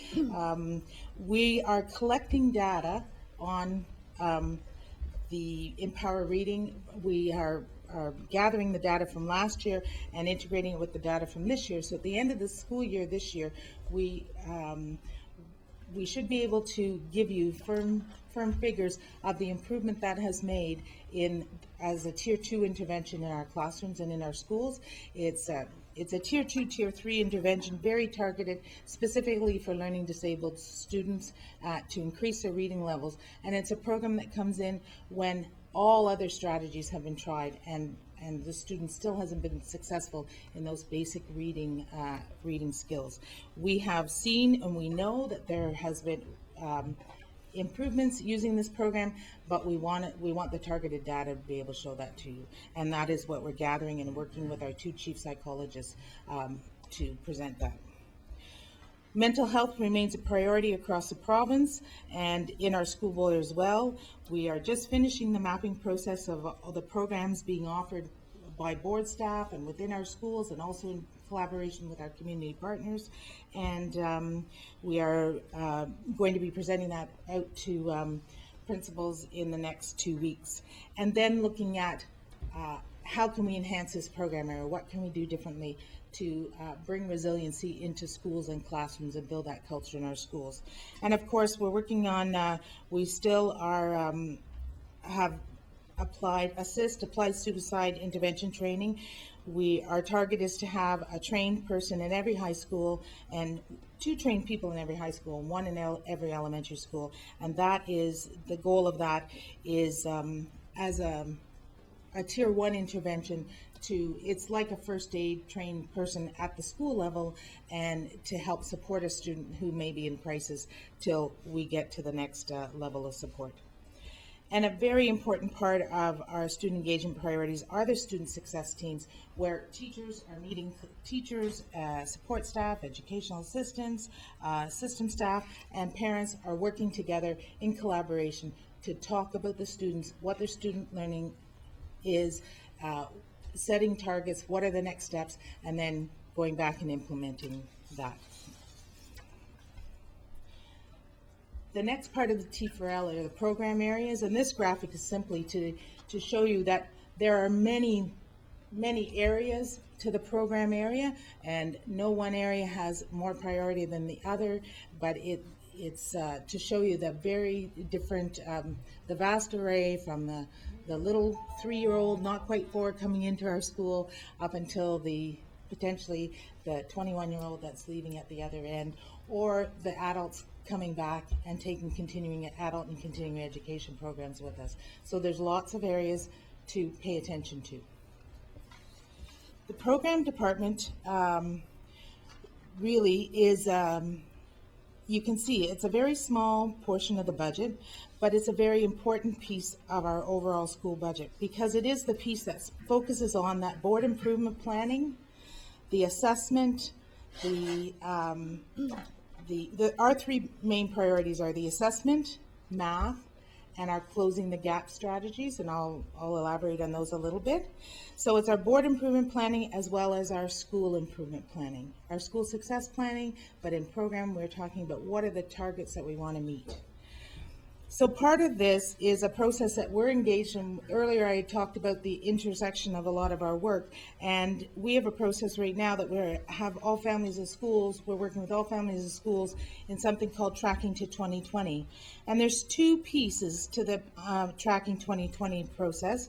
The first part is unpacking the data. So we bring all the schools together. We're looking at the data that they have in their school. We're looking at the students that are at risk. We're looking at the EQAO data, and we challenge them to bring in other data sources that we have in our schools, like reading levels, current math levels, report card marks, those sort of things.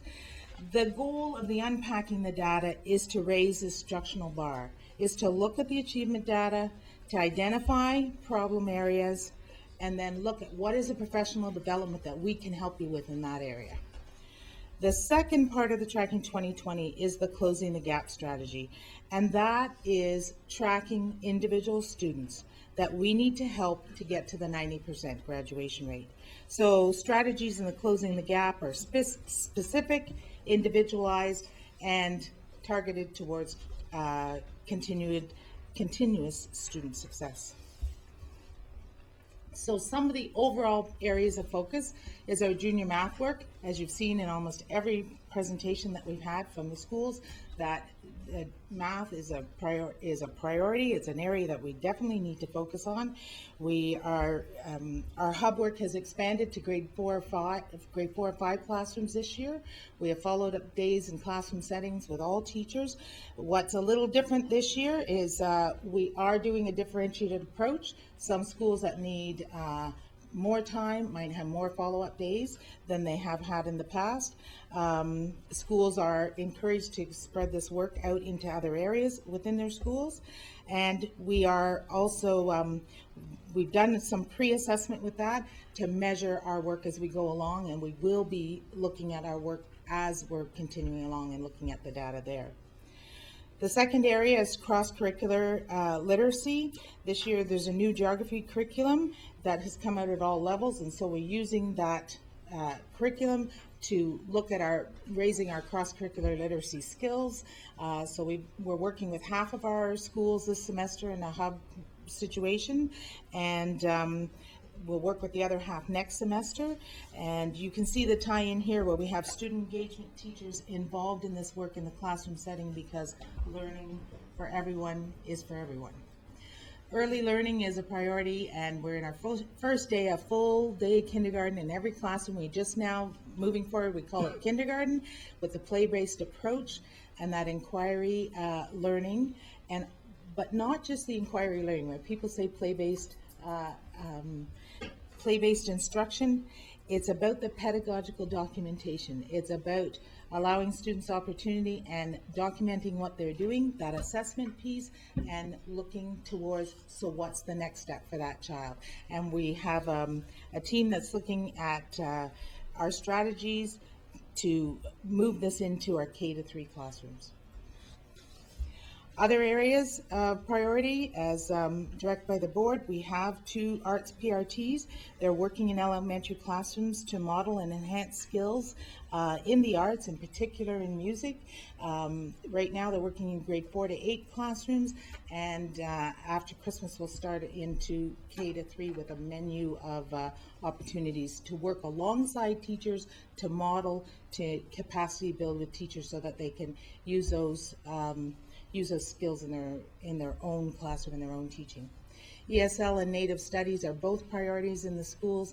Again, our approaches are the capacity building with the teachers at the school level, as well as with the Native Studies to paying attention to the FMNI students and looking at our instructional practices there and building the bonds with our Native community, and definitely enhancing our sections of Native Studies across our system. FSL, we have a board plan which you were privy to last spring, and we're working on revising that. In terms of professional development, there's a focus on grade 7 to 10 hubs, looking at instruction there, as one of our targets in our board is to increase the number of students who continue on in French in high schools, so we need to start to pay attention to that in grade 7. So there's hub work happening in all of the secondary schools right now. It's began about a month ago, and that will continue to move forward. A new revised curriculum was just recently released, as well as working with the Common European Framework, which is a new framework for French instruction. So we are really trying to make our programming across our board consistent, so that it doesn't matter what school that you are working in, you have the same sort of training in French in all areas and all grade levels. So what's the operating context for our program department? You can see the division of funds here. One of the big areas that you probably think, what's under remaining programs? Things like outdoor education, the arts, healthy eating, safe and accepting schools, and the mental health strategy are in that large $3 million section. You'll see one of the areas, the e-learning programs, is a program that I haven't mentioned before, but is a program that's really it's reaching a critical mass. We are working very closely with our secondary schools and bringing that initiative as a very viable option of instruction in our classrooms, as well as a blended approach, whereas some teacher instruction and some online. So we hope we have the opportunity to bring you more information about some of these specific ones as we move forward. A question you might have too, as well, is the Learning Commons and Media Center. That's a big bar on that graph, and you might wonder, well, what's all in that? That is all of our LCI, our Learning Common information is at the school levels. It's our media center resources, as well as the individuals, the 5 individuals that help run our media centers. So in our instructional leadership and return on investment, so what is our goal, what's our target, and what are we hoping to get out of our work? Well, the literacy and numeracy, in terms of school improvement plans, and definitely in terms of our board improvement plan, literacy and numeracy, we are putting it as a priority in all schools. As I said earlier, we focus on communication, and we're focusing on resources, and we're focusing on wellness, and we want that to become embedded in our schools. But we want the literacy and numeracy, each school to have a goal based on those 2 things by looking at their data. How are we going to measure some of it? The increased EQAO scores in math particularly is it's an area that we're struggling in, and we need to focus on that. We also have some schools through our through the work with Terry Gardner are also focusing on grade 7, 8, 9, and 10 math as well. Our principals and our CAPs are leading teaching and learning in our schools with our family of schools, and assessment is our focus.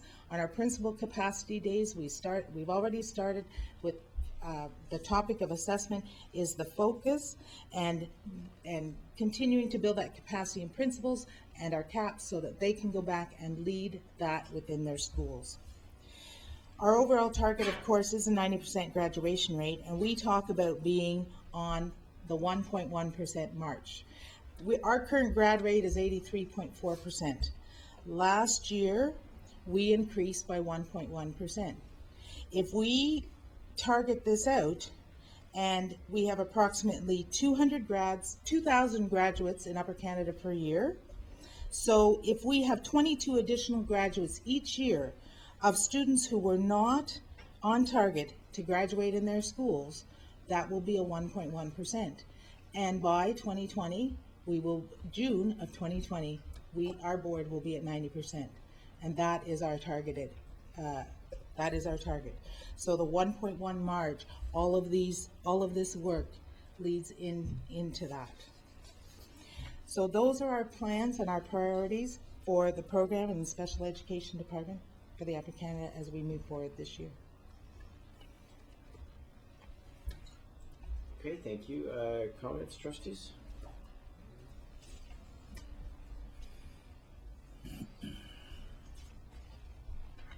Trustee McAllister? Just one comment.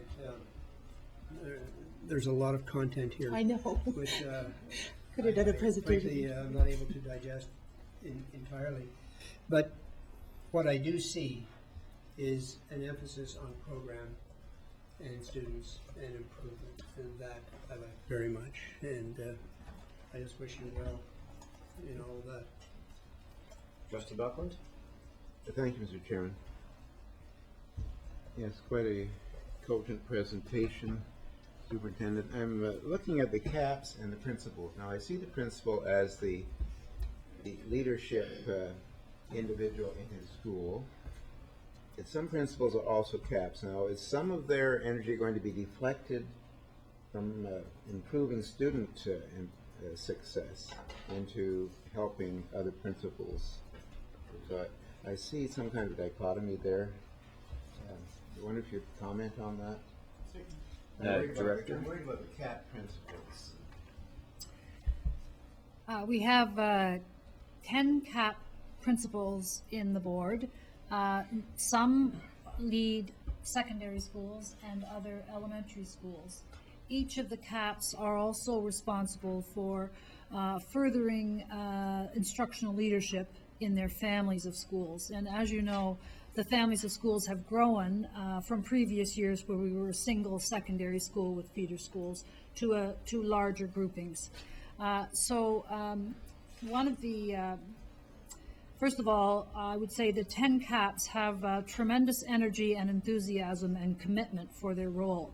They are keenly interested in furthering the student learning agenda, and they're certainly willing to step forward to do so.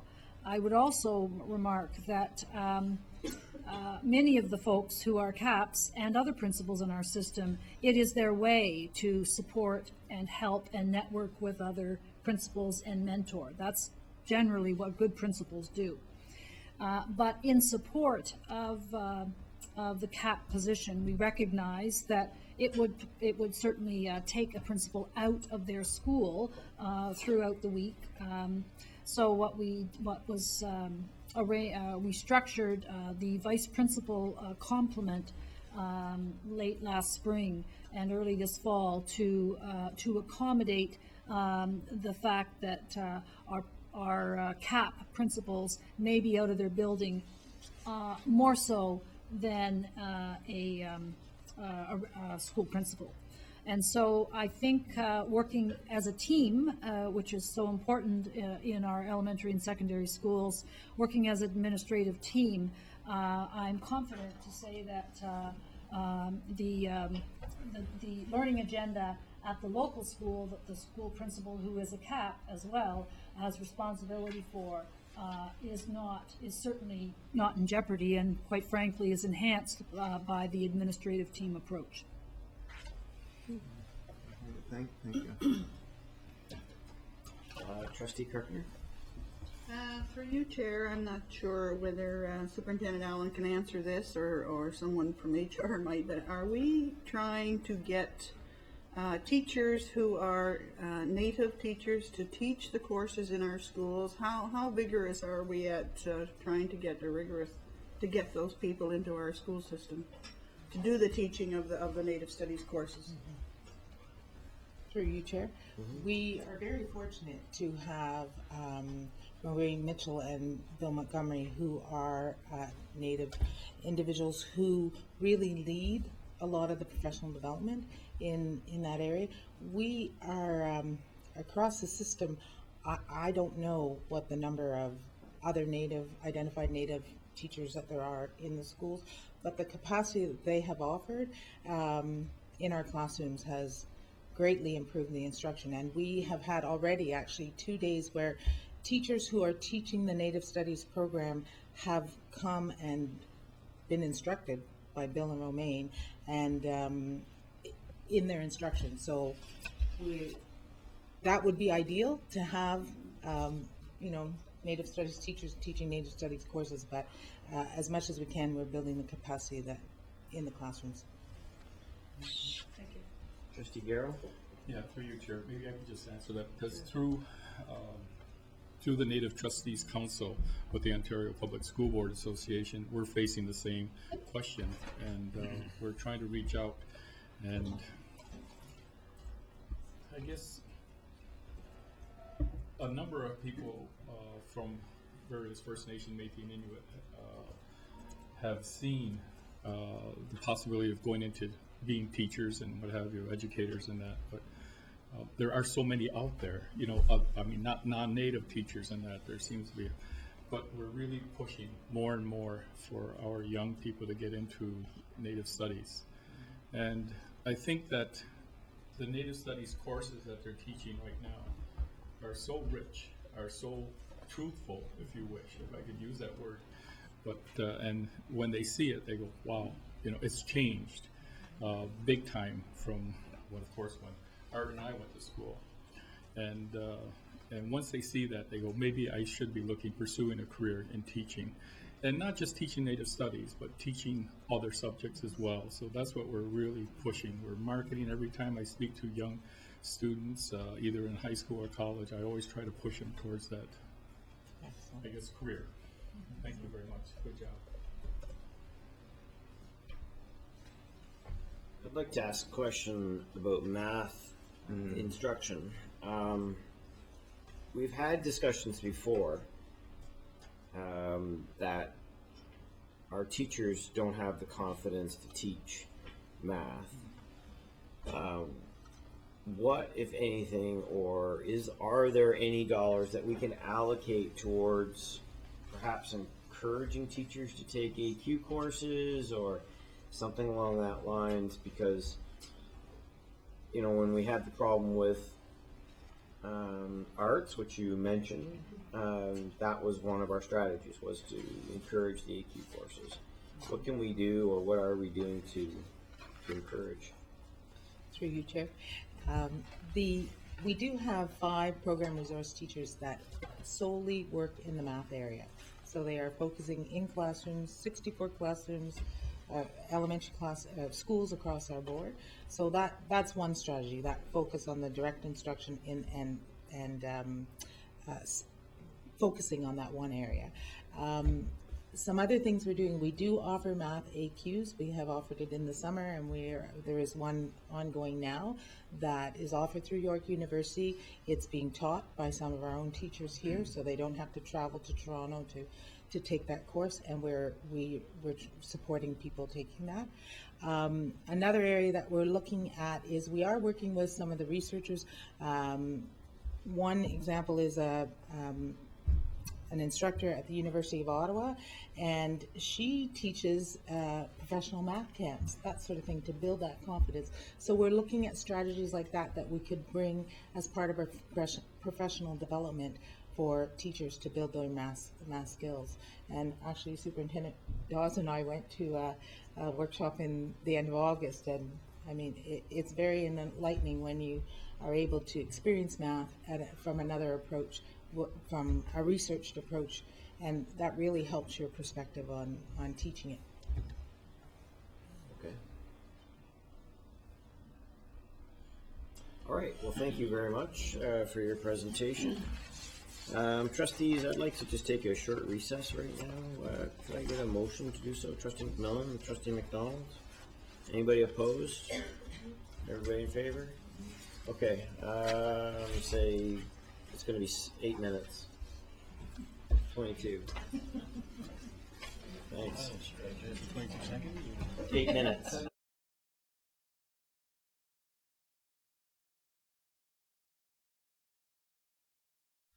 Quorum?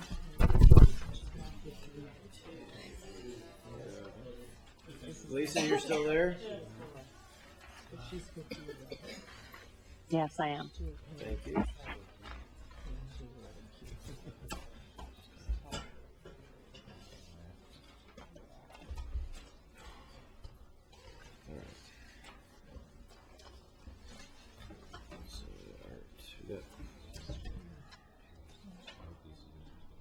Okay, so seeing that Nancy's here, we're going to start up again. Call the meeting back to order. Last budget time, we asked administration to develop an accumulated surplus target and a plan to get there. We've had a lot of good conversations leading up to this point, and Nancy and her team have put a lot of thought into this,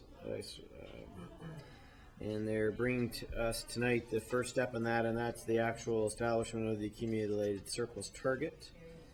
And I think this is one of the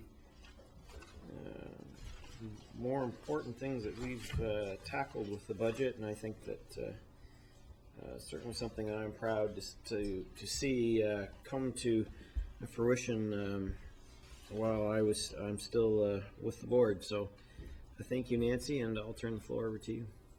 Thank you, Mr. Chair.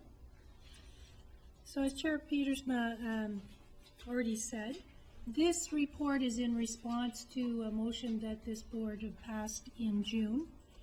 And specifically, it was to direct administration to develop a plan to determine an accumulated surplus available for compliance, unappropriated amount, and develop a plan to achieve it. So the work was divided into two parts.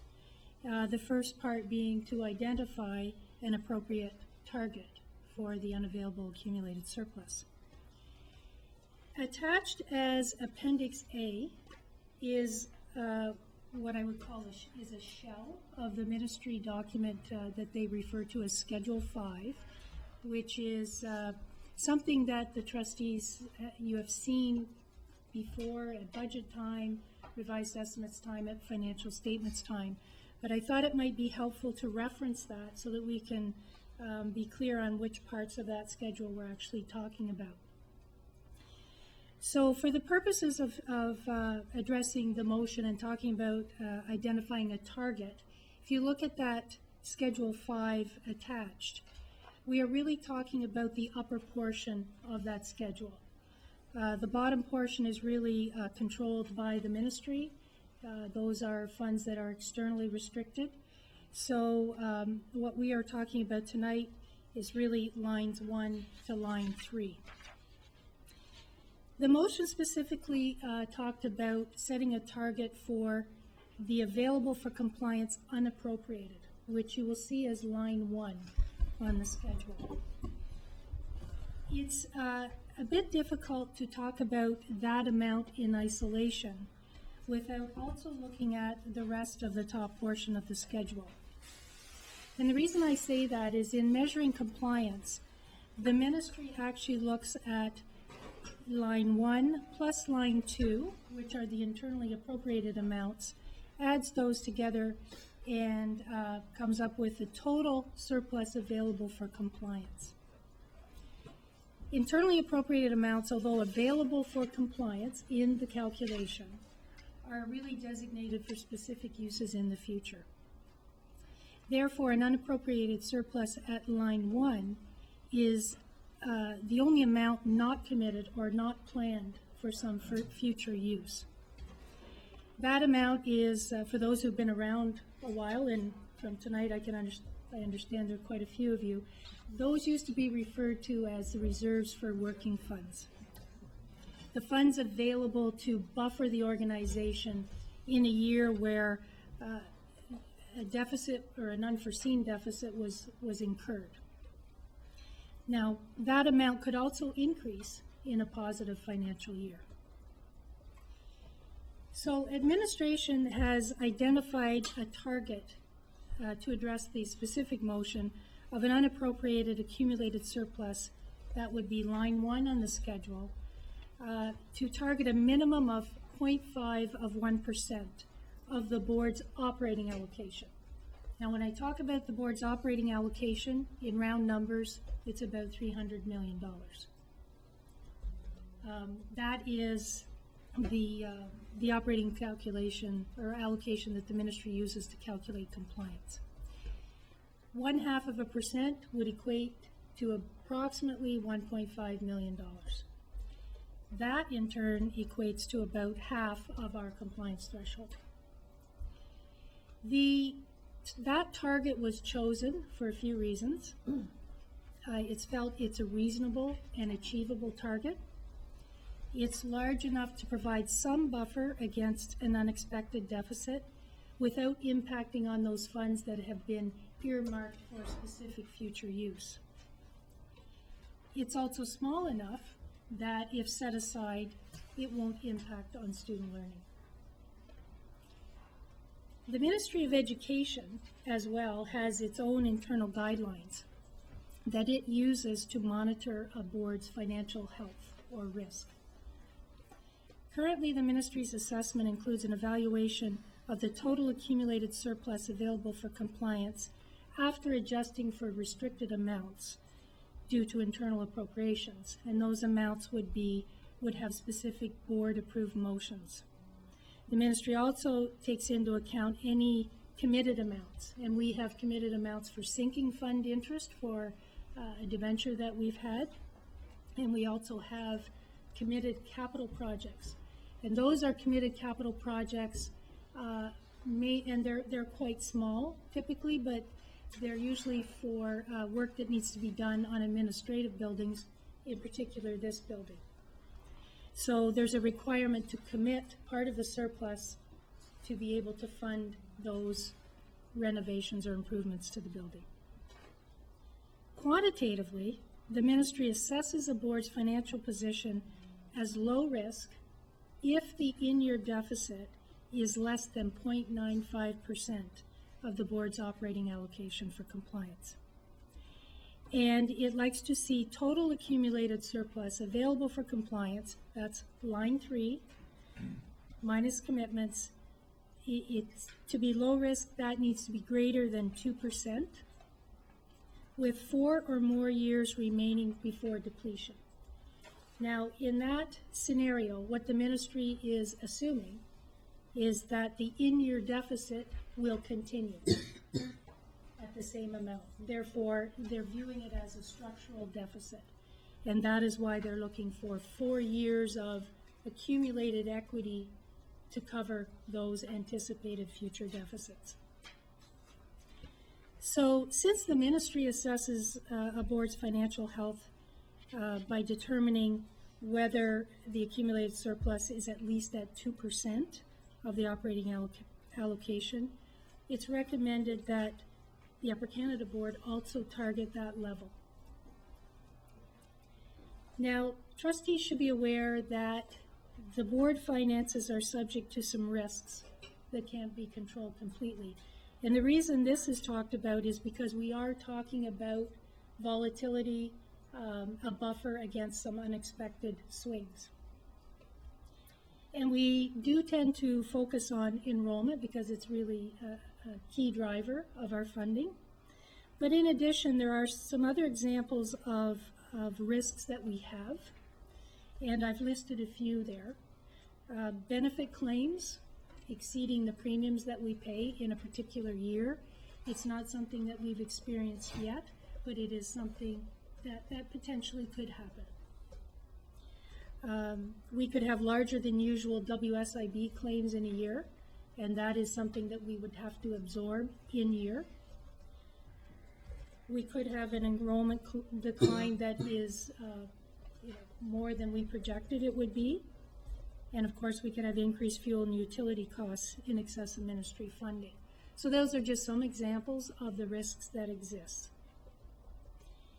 The last item in the report, so as not to forget this financial pressure that we have, is the requirement for us to fund the employee future benefits. And in particular, the largest portion of that, the majority of it, are the retirement gratuities. So those still need to be funded at a rate of about $4 million per year, and we still have, including this year, 7 years continuing of that financial pressure. So that is, those are the identified targets. So I'm proposing 2 targets, and once there's agreement on that, then administration will go to work on developing a plan with the timelines to achieve those targets. That's my report, Mr. Chair. Okay. Trustee McAllister? Nancy, I just want to summarize and tell me if I'm doing this right, if I understand that. I've studied this.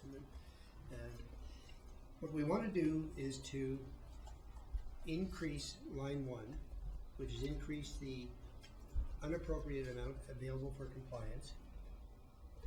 And we are doing that by lowering by 0.45%.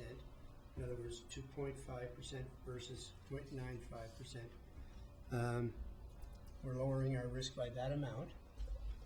And that means that there's going to be more discipline in spending, increased savings, and more targeted spending. Am I right?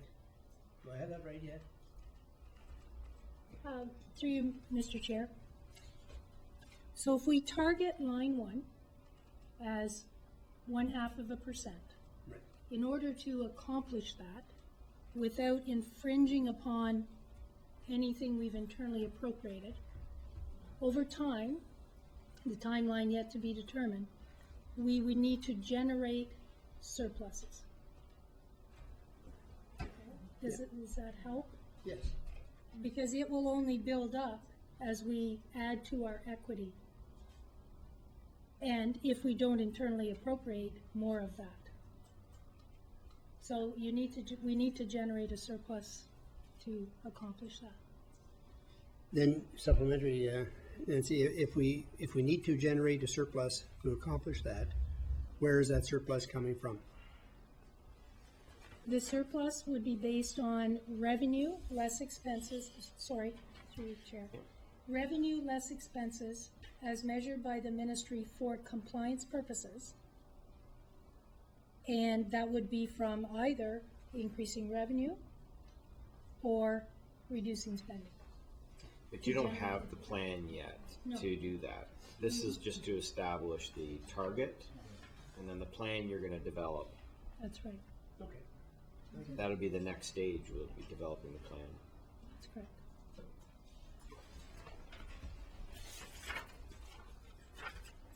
Go ahead, Trustee McCray.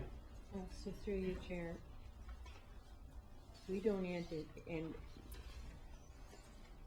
let me put it this way, would it be safe to say that we have any reason to believe that we have ways of generating more revenues? Or are we just basically looking at ways of decreasing our spending? Because the revenue side, you've already said that that's one of those factors that we really don't know. It's not a given necessarily. So, can you respond to that? Through you, Chair, that's a good question. We know that our enrollment is projected to continue to decline. So that would tell us that our revenue, most likely if the funding doesn't change, will go down.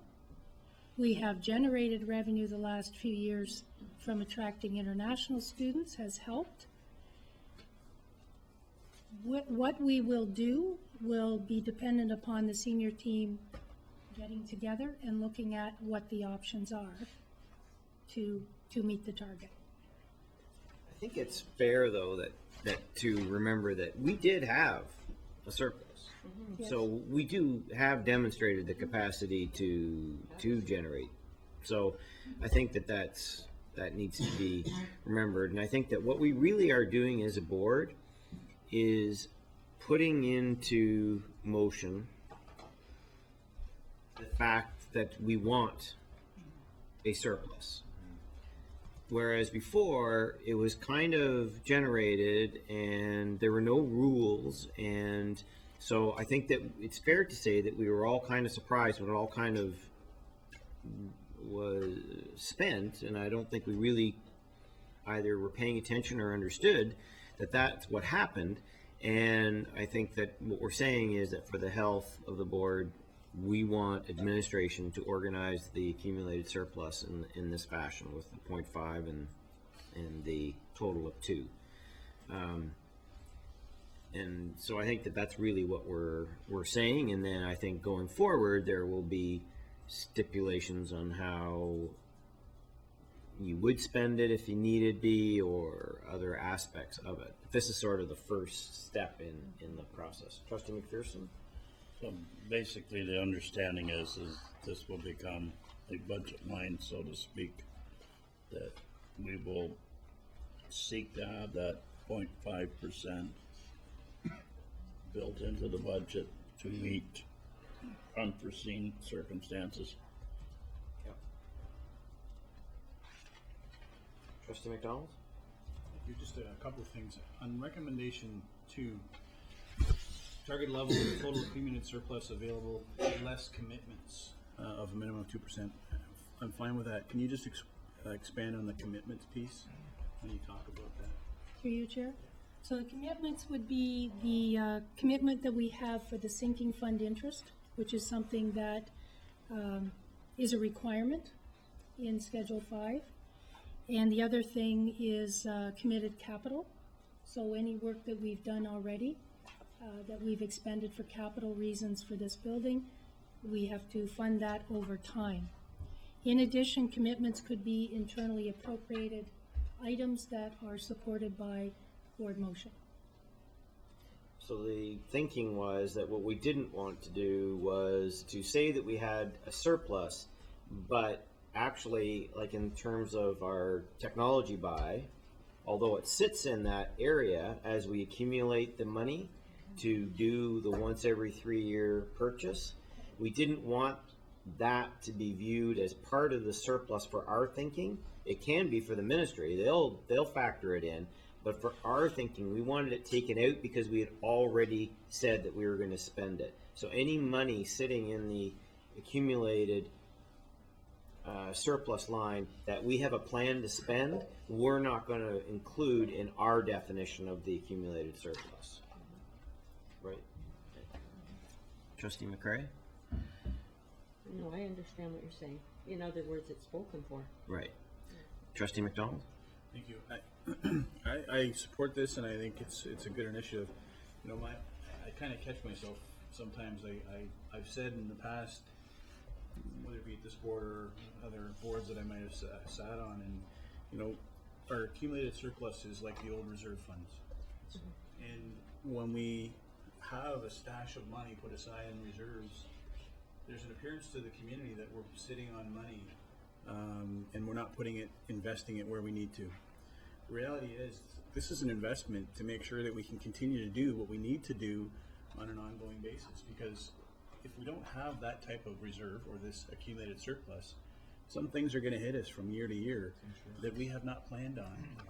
So there needs to be that healthy level, and I'm glad to see that the ministry has a recommendation, or a guideline, I should say. And I think what we put forward here is reasonable for us to move forward on, and I think that's a true measure of a healthy board, that we certainly don't want to sit on 10% or those types of things, but we want to make sure that if we do have those anomalies from year to year, that we're able to deal with them and move forward. And I think this is a good plan, and I commend you, Superintendent Barkley, for bringing this forward tonight and making sure that the information is very, even though it's lengthy, very easy to understand. So thank you. Any other comments or questions? All right, we have a couple of motions. Could I get them moved, please? Trustee McAllister. Trustee Garrow, that the Upper Canada District School Board recommend that the Committee of the Whole recommend the Upper Canada District School Board establish a targeted level of accumulated surplus available for compliance unappropriated at a minimum of 0.5% of UCDSB's annual operating allocation. So,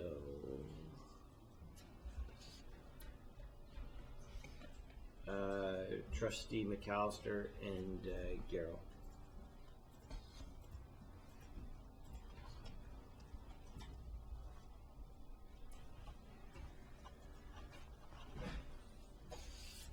Excuse me, Chair. Yeah. My computer is not working, so I'm in favor. Okay. All right, so that passes unanimously. Thank you. All right, part two of this is that, do I have a mover and a seconder for this? Trustee McDonald, Trustee Carpenter, at the Committee of the Whole, recommend the Upper Canada School Board establish a targeted level of accumulated surplus available for compliance, less commitments at a minimum of 2% of UCDSB's annual operating allocation. Go ahead and, Trustee Carpenter, you're in favor?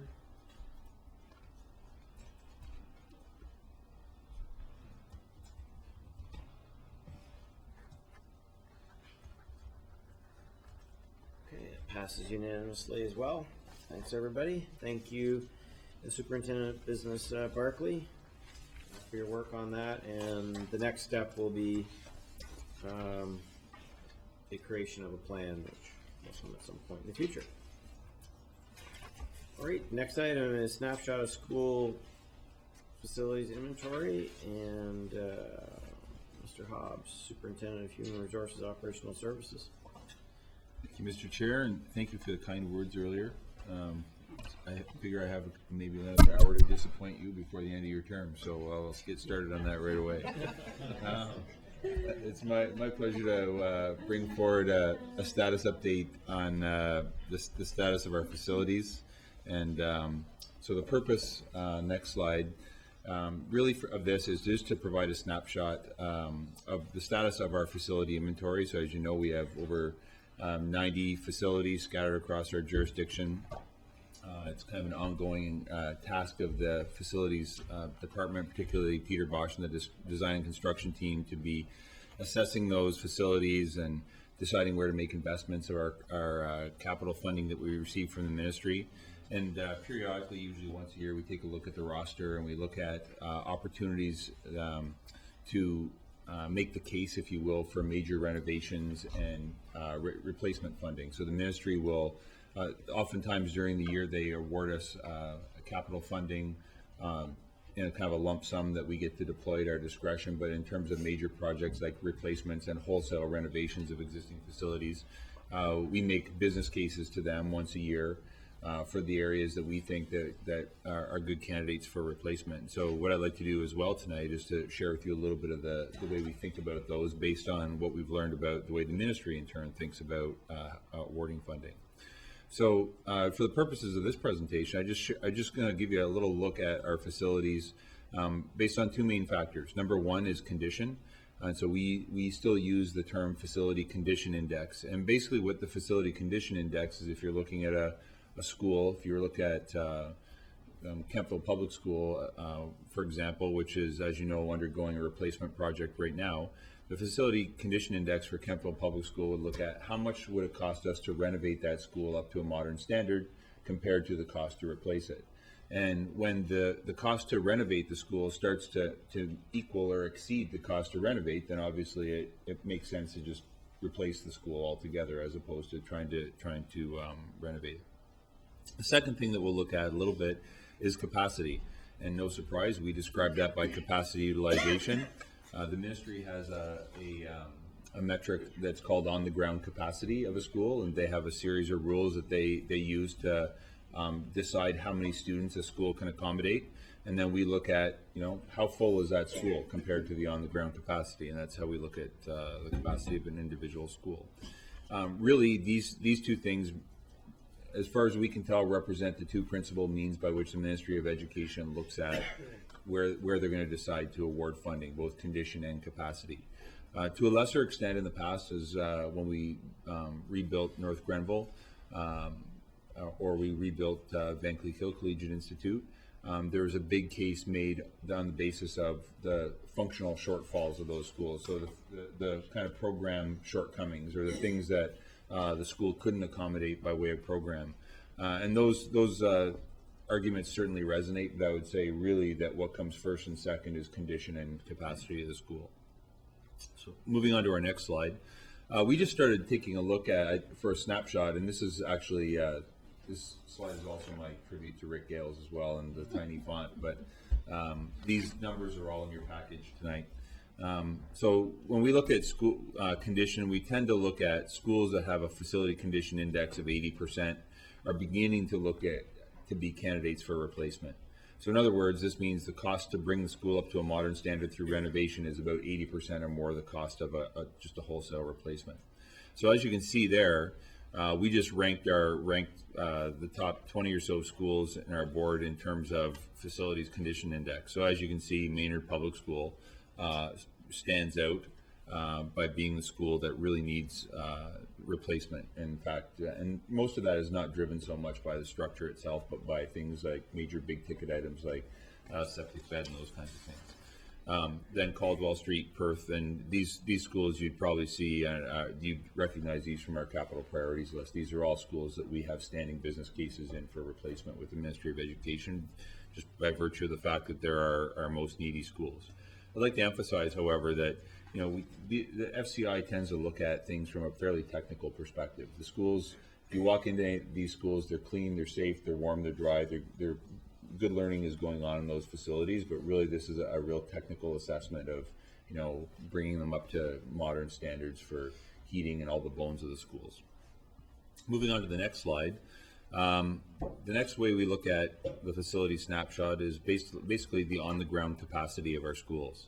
And this shot basically looks at the little sheet you have in front of you, basically takes the top 30 or 40 schools and ranks them in ascending order of capacity utilization. So starting with the school that, if you will, has the fewest students in it compared to its actual capacity, and on up to around 50%. And I think if you look at this, you'll see that we have a pretty large roster of schools that are at low capacity, 50% or less.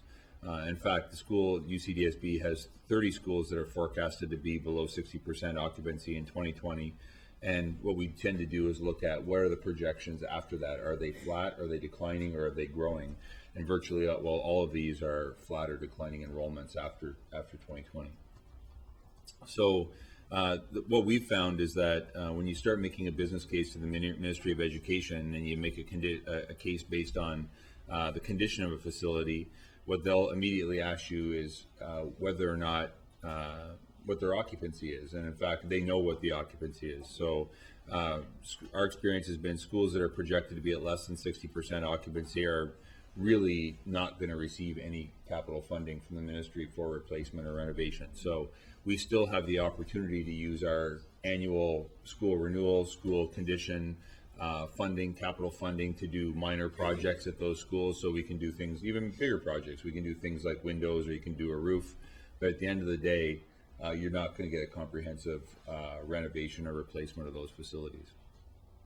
So again, it is our practice that we don't let these schools languish. We maintain them like really any other school, and to keep them safely operating and to make sure their environments are good for kids.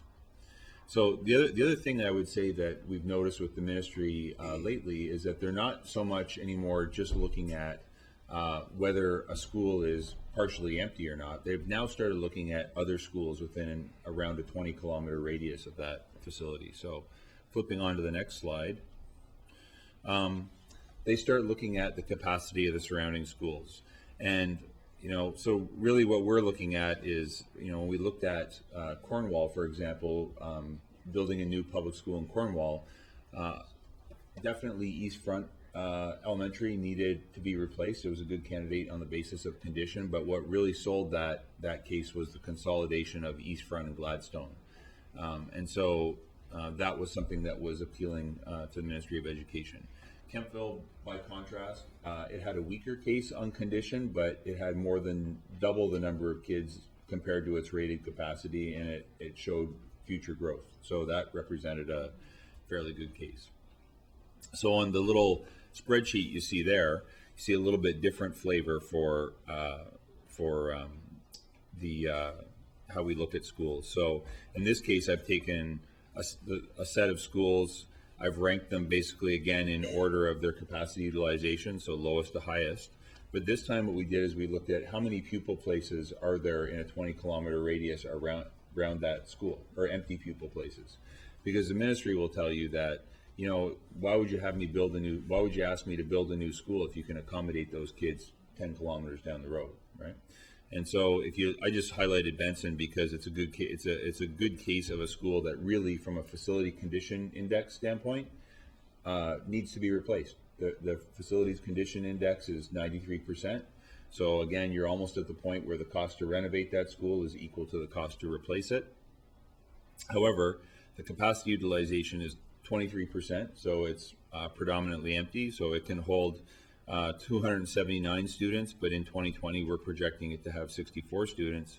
The bigger problem is if you look at the available pupil places at other schools in a 20-kilometer radius, there's 427 other empty pupil places in our roster of facilities within 20 kilometers. And so that would make Benson a candidate that the ministry, in our anticipation, wouldn't even look at. So for replacement. So the challenge for us there is that you're sort of doing, again, back to putting capital in small projects to maintain that facility. What we've increasingly noticed as well is that the Ministry of Education now is not just looking at the capacity in our own roster of facilities in the area. They're starting to look at the roster of facilities in the coterminous board as well. And so I think the signal you're going to start seeing is that it's not enough for you to just fill your own spaces. We want to make sure that there's no excess space in any board in the area, right? And so they haven't really been prescriptive with respect to how they might operationalize that, but they definitely do ask the question when we're talking to them about candidates for replacement. So in the case of Cornwall, when we were going through the business case for the replacement of East Front and Gladstone, that was definitely something on the Ministry of Education's mind about looking at potential partnerships with our coterminous boards in that area. Moving on to the next slide. I think this is really just something that's probably of interest for you, and the little chart I put down was just something that was out of interest. So one of the things that we find is that whether I have 60 kids in a school or I have 250 kids in the school, whether the school is 10% full or 100% full, the operating costs more or less are the same. Still costs the same amount to heat the school, still costs the same amount to mow the lawn and clear the snow. So one of the things that you find is that when you start looking at the operating costs that you have to put in per student, it's more per student, obviously, because you're taking a fixed price and dividing it among fewer students. So that is not really a challenge. We're funded for these schools, but it does sort of indicate that we're sort of disproportionately funding smaller schools. So the challenge that you see, what happens here is that in a very empty school, you're talking in the thousands of dollars per student to operate that school, custodial services, water, heat, electricity, snow plowing. Whereas when you have a school that's more full, you're into the hundreds of dollars per student. And that's really irrespective of the actual physical size of the building. So, and one of the other reasons I make this point is because one of the strategies you might consider is say, okay, well, if I have a school that's at 30% capacity, maybe what I should do is make the case to, just build a new school, but much smaller. And the challenge is that this kind of shows that it doesn't really favor that kind of strategy, right? Because the operating costs for a school don't necessarily decrease linearly with the size of the school. And then the final slide, and one of the reasons why this is important to us is I just took a peek at a ministry B memo from August 27th of this year, where they were sort of following up on a $750 million announcement of capital funding. And this time around, they made no bones about it. It was called a School Consolidation Capital Fund, or SCC fund. And in the memo, it said, the ministry recognizes that for school boards to effectively and efficiently manage their excess capacity, they will need to, in some cases, right-size their capital footprint.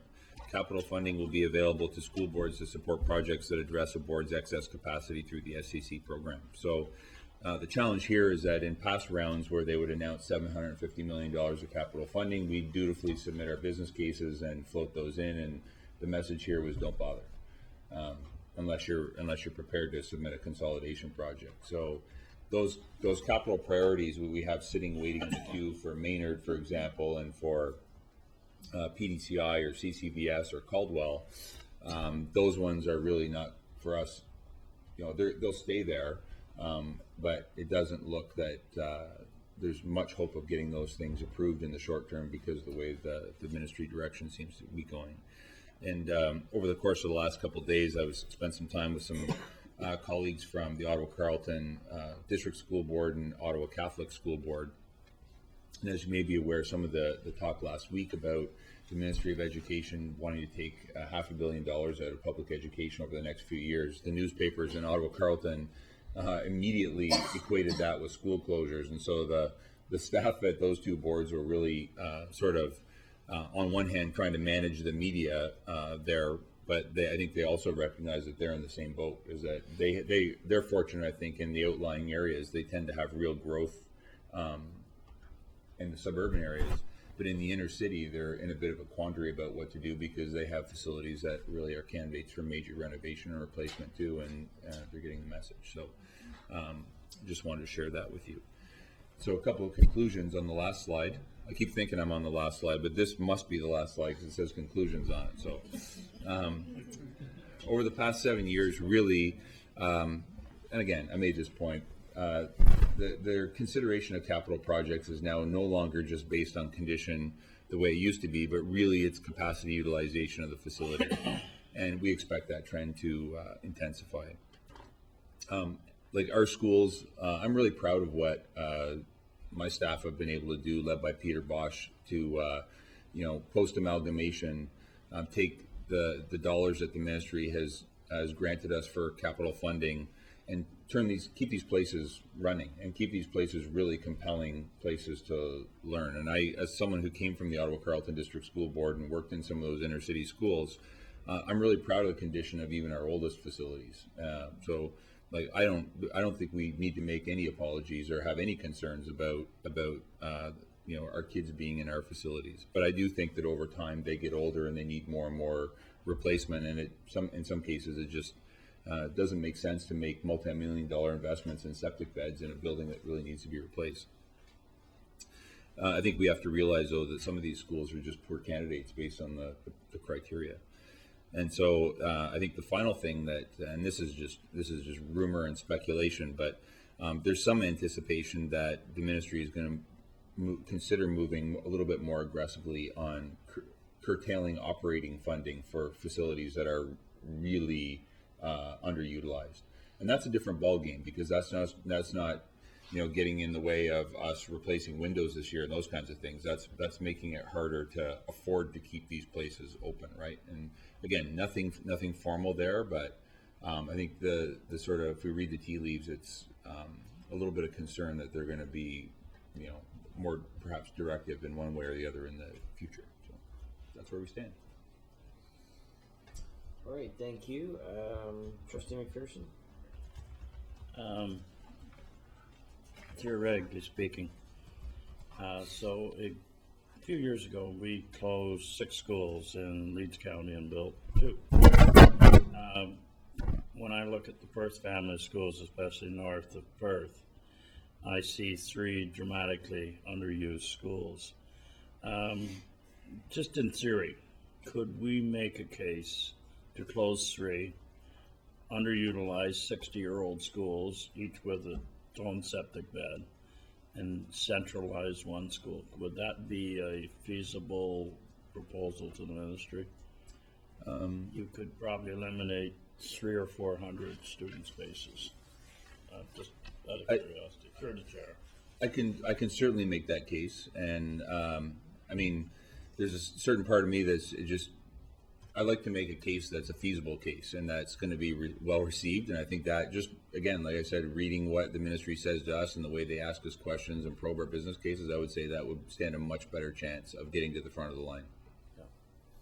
Yeah. I think, if I may, one of the things that when they announced this $750 million round of funding, they said that you had to have ARCs completed and underway.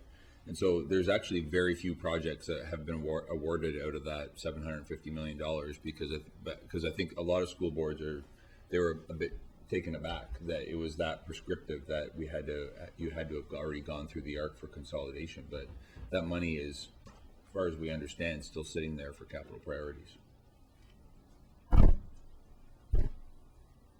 think that when this came up as a ministry memo, and I received a copy of it, and I got in touch with Jeremy and said, like, this is really important that we get to this board table. I think that the other piece to this data will be when we get the report on the costs of running schools for staffing, which will be coming at some future board meeting. And I think that when we start putting these data pieces together, I think the board's going to have to really take a hard look, like we did a number of years ago, at again looking at addressing the demographic changes. I don't think we have to talk about declining enrollment.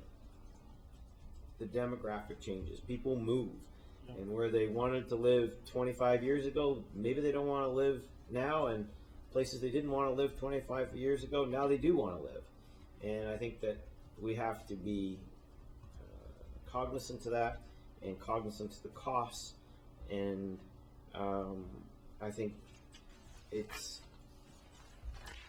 just from a taxpayer vantage point, I've always struggled with the idea that we were funded to run empty schools. Like, it just, it just didn't seem that it was the best use of dollars, that we could allocate those dollars somewhere else. So I don't think we should be surprised if the ministry looks at it that way too. Are there any other comments or questions? Because I think it's, sorry, go ahead. You want to finish? I just think that we should not lose this piece, and I think that we should try to figure out what's the next logical step in dealing with this data and marrying it with the data that will be coming forward on the educational costs of running the schools. So I just leave that. Trustee McDonald? Thank you. I support what you're saying. I think it's important to look at a couple of pieces of data that are before us here. First is the chart that shows has the operating cost, that has the enrollment, it lists all the schools. There's a number of schools that the first three are less than 50 students. And I know we made a conscious effort at one time to indicate that we would certainly not staff a school in an effort to reduce or avoid triple grading. But some of these cases, it's more than triple grading right now. And is that the best that we can do for those kids?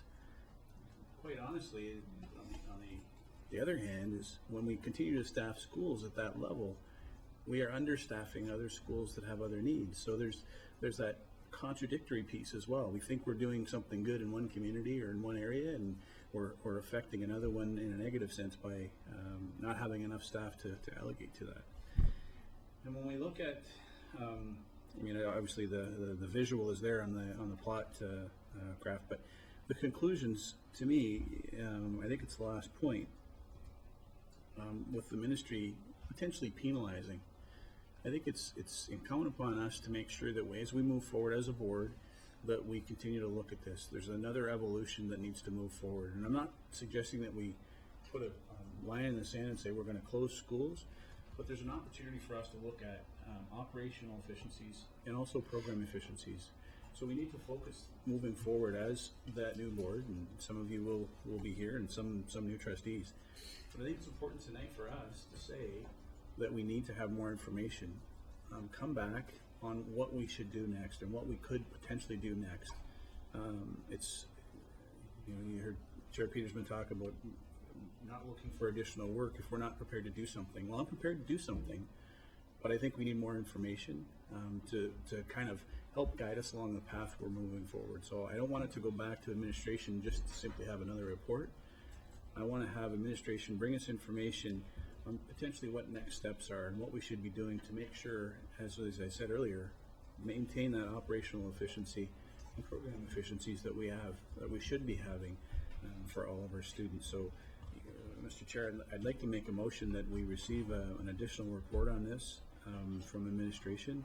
I'm open to timelines, understanding the workload that we have, but I think it's important for us to receive something at least within the first quarter, so potentially by the end of March, so that at least we can have some information and have potentially more that might come forward as we move towards budget time.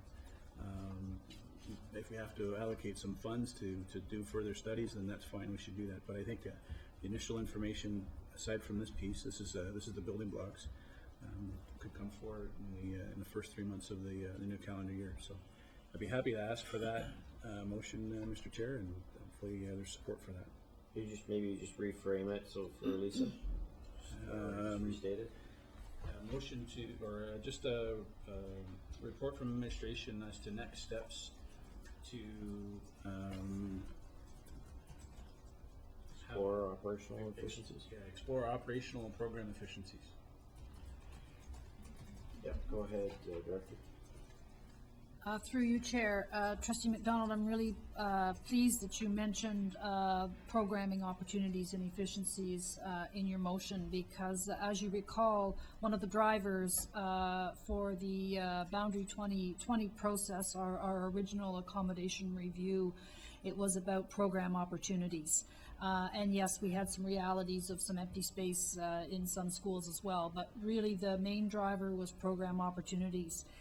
And as we, as a board and senior administration and school board as a whole, commit to the improvement of student learning, I believe firmly that student learning and the improvement thereof should be at the forefront of the work that we do in the next few years in regard to accommodation and consolidation.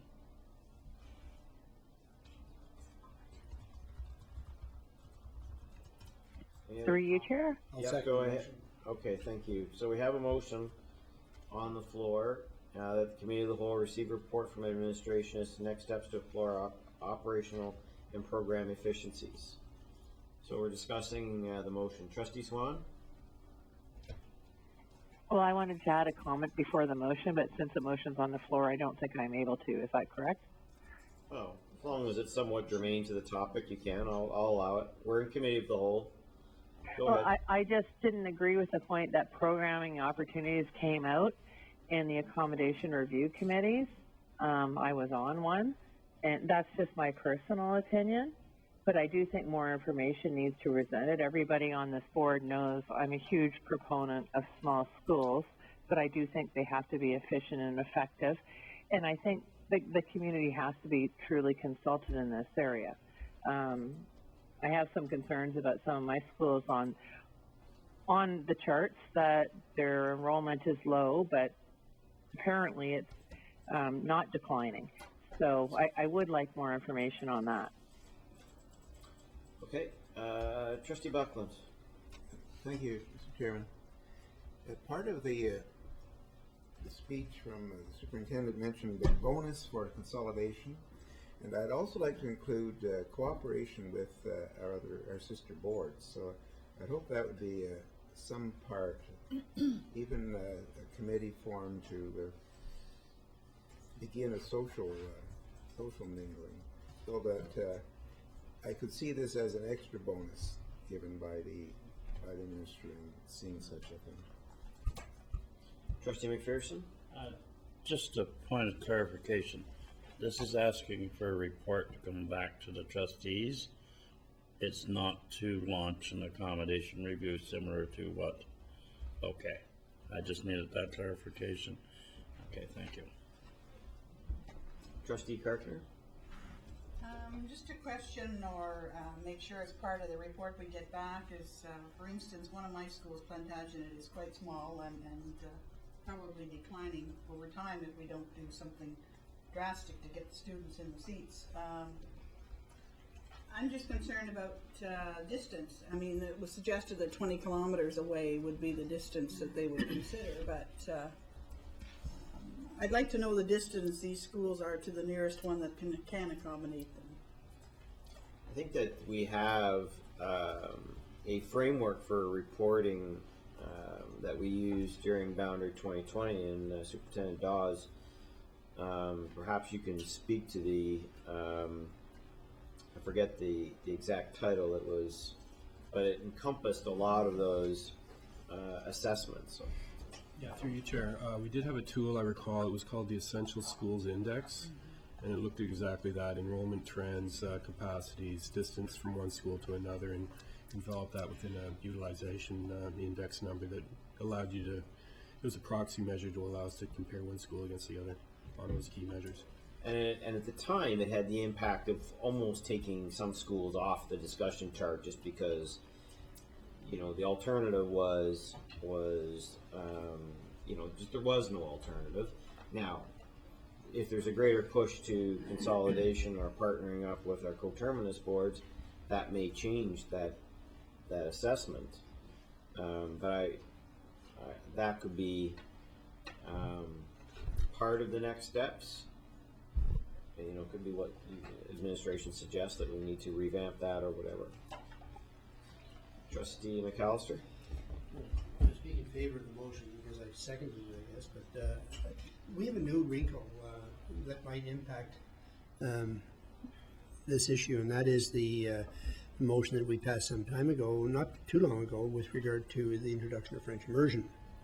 And that may, I'm just asking, can we see that projection or that considered in the report? Yeah, I think that would have to be calculated in here.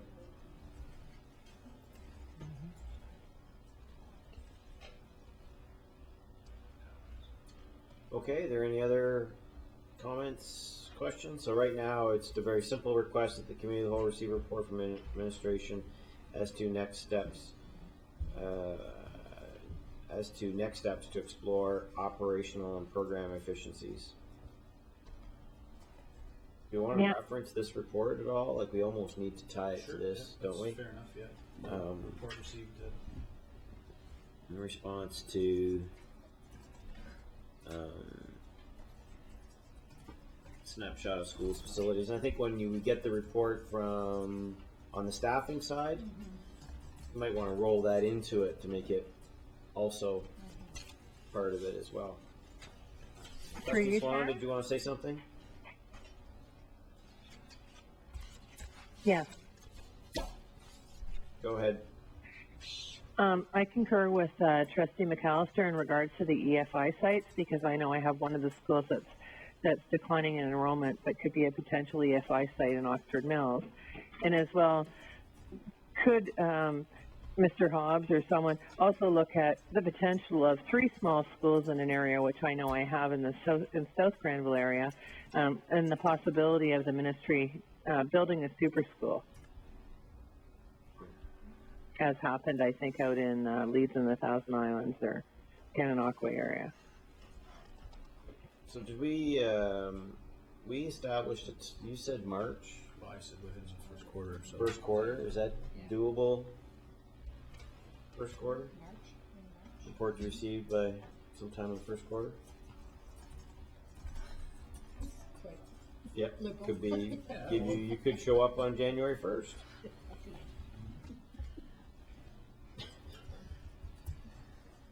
By the end, not by the first, by the second quarter, or by the end of the first quarter. Second quarter, sounds good. Okay. Any other comments or questions? Okay, let's go. Let's vote on this one. Call the question. It was moved by David.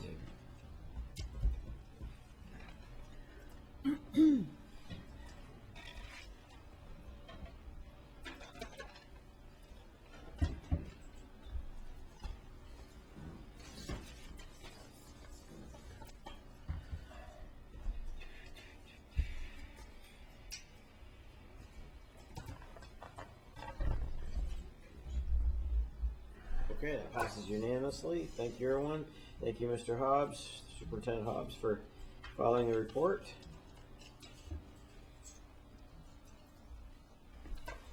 And the scatter graph. That was good too. That was a highlight, yeah.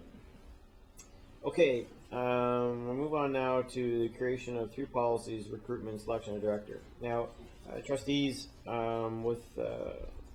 when notified of the retirement of our Director Thomas, I began to work on the beginning of structuring the process for the replacement. I've working with Sheila McKinnon, I've created, or she has created, 3 policies for you to consider. Now, I don't know that it needs to be definitively discussed tonight. There's a policy for the actual process for the recruitment, and then there are 2 additional policies, one of which essentially is the job description for the director, and then also a job description for the board. Sheila articulated that she thought that these were 2 necessary policies so that you had a reference point for the recruitment. I can imagine what my friend and colleague Trustee McDonald will say, because I've sort of had the same response, is that why would we repeat what's in the Education Act? However, I think that we don't have a lot of official document types that we can reference. A job description for a director is kind of I don't know that we have sort of the legal framework for that. We do have the legal framework to create policy. And so I think that was, or I know that that's part of her thinking in terms of having that as part of policy. The other advantage that I see to, in part, restating what the Education Act is that, A, we can place additional items on it and place emphasis or priorities that we believe should be considered. So, for the benefit of time and for the benefit that a new board will be largely instructed to carry out this, I'm quite prepared to leave this with you for further thought going forward. So motion then, I think probably just to table it or to refer to, I would bring it back to the next board meeting. So just a motion to refer, I think is the proper wording, right? I'll first that. Because it'll be the first one, so. I would say the second meeting. Second meeting? Yeah. Okay, so, all right. Refer to the second board meeting.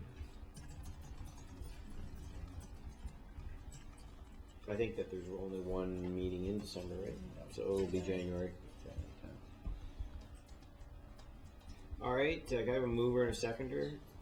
Trustee McPherson and Trustee McMillan. Second meeting in January, or second meeting in October?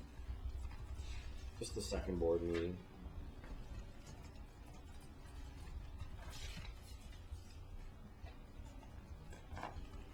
McPherson and McMillan. All right.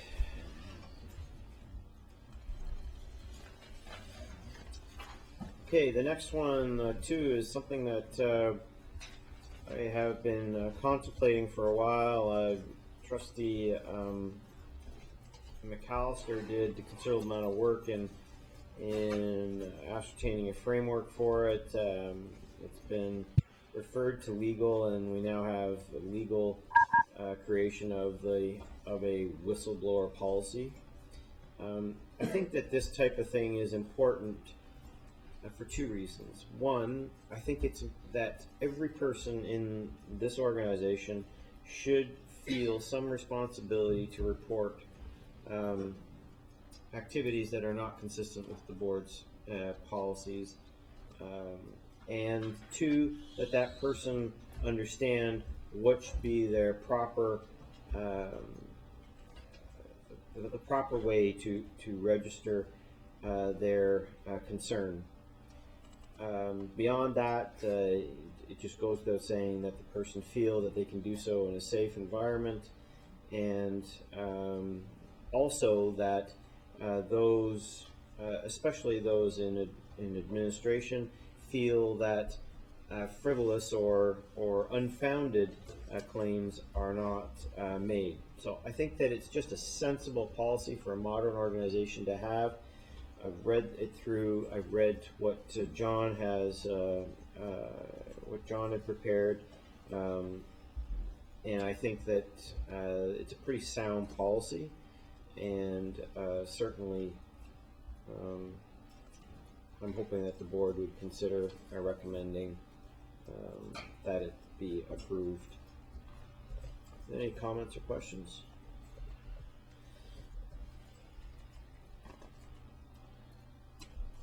I have a mover or seconder, moved by trustee Garrow, seconded by trustee McAllister, that the that committee of the whole recommend the Upper Canada District School Board create a whistleblower policy as submitted to committee of the whole November 26, 2014.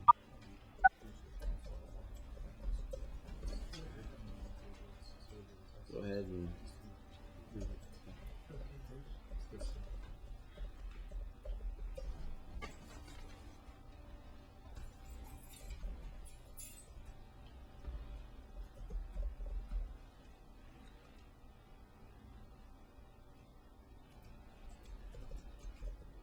Trustee Yarrow? Yeah, I'm for it. There it is. Okay, that passes unanimously. Thanks, everyone. All right, Trustee McAllister, policy review. Thank you, Chair. I'm not going to repeat myself because at the last meeting I talked about the number of policies that we have in the queue, and here we have 3 more. So I'm simply going to turn this over to Director Patterson. Thank you. I'll speak to alcohol, policy 235, alcohol and substance use, and policy 305, employee indemnification. Policy 215, volunteer, there are no policy changes required, but Superintendent Coombs may wish to speak to that policy as well. With regard to policy 235, alcohol and substance use, we felt that there was a requirement to bring it into alignment with policy 435, which is community use of schools. Alcohol and substance use as it stands now indicates that the possession of alcohol on board property is strictly prohibited, I believe the wording is, and that conflicts with our community use of facilities and grounds policy, where they reference the Liquor Control Board Act of Ontario and the possibility of obtaining a liquor license in order to run a social function. And given that many of our schools are situated in communities where they could potentially be the venue for various celebrations, we felt that that was problematic for folks. So we have recommended a change in language which ensures alignment with community use of schools policy. With regard to employee indemnification, we essentially, it was quite a dated policy, and we provided it to our legal counsel for her review, and she drafted a new policy for your consideration. I think that a couple of highlights is, first of all, that there's a section of the Education Act, Section 171, 118, which permits the indemnification of legal fees under very specific circumstances, so that's been included. And secondly, the old policy referenced a discipline provision, and it applied, I believe, also to trustees as well, and the corporation is only able to discipline employees, not trustees, and it would be the Board of Trustees who would have that responsibility. So there are some changes. Those are 2 examples of 2 changes to the current or the draft that's provided to you. But as I say, it's been vetted by legal so that it's consistent and more current. The volunteer policy, as it indicates in your report, there are no changes, but Mr. Superintendent Coombs may wish to speak to that. Go ahead, Superintendent Coombs. Chair. Thank you, Director Patterson. The changes to the volunteer policy are, there's no required changes. However, there are some procedural changes that we will need to make. Those changes specifically regarding vulnerable sector checks, which is new in legislation, as well as input from our administration wanting some greater specificity regarding the timeline and application of those criminal reference checks. The policy itself is still still compliant, but procedurally we have made some changes and we'll be communicating those out.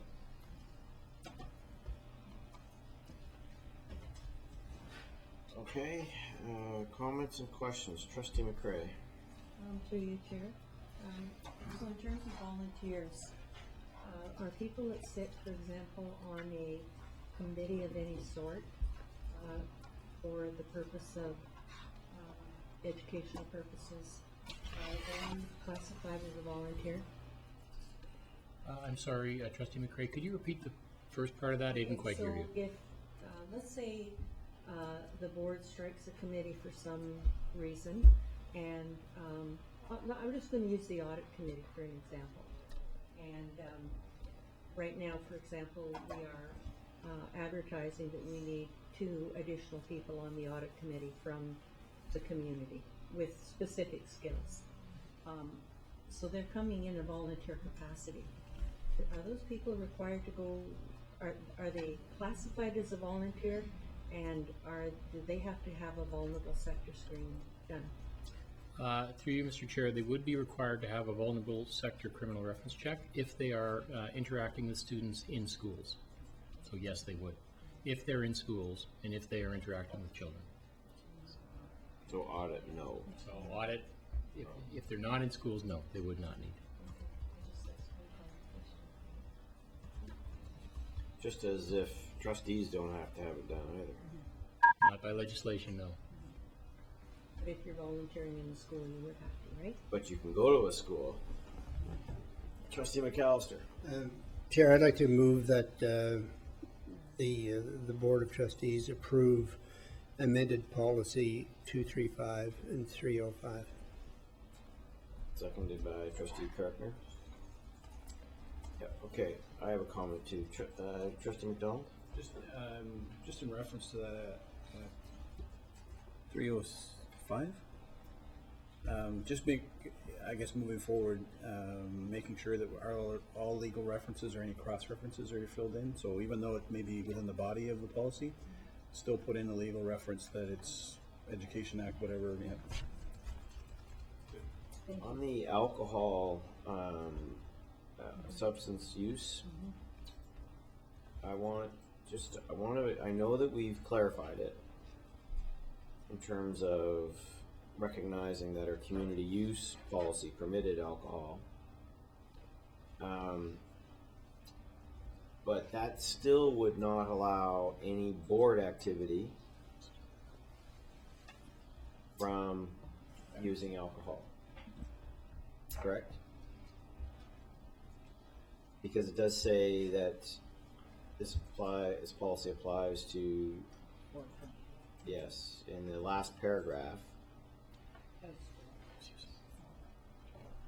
So, any board activity, it would? Are we thinking of perhaps of a staff celebration or something like that? No, I'm thinking more of a board event. A board event. Okay. Because are our activities governed by the community use policy? Or are they carrying out the business of the board? I'm just not sure that we've still got that clear.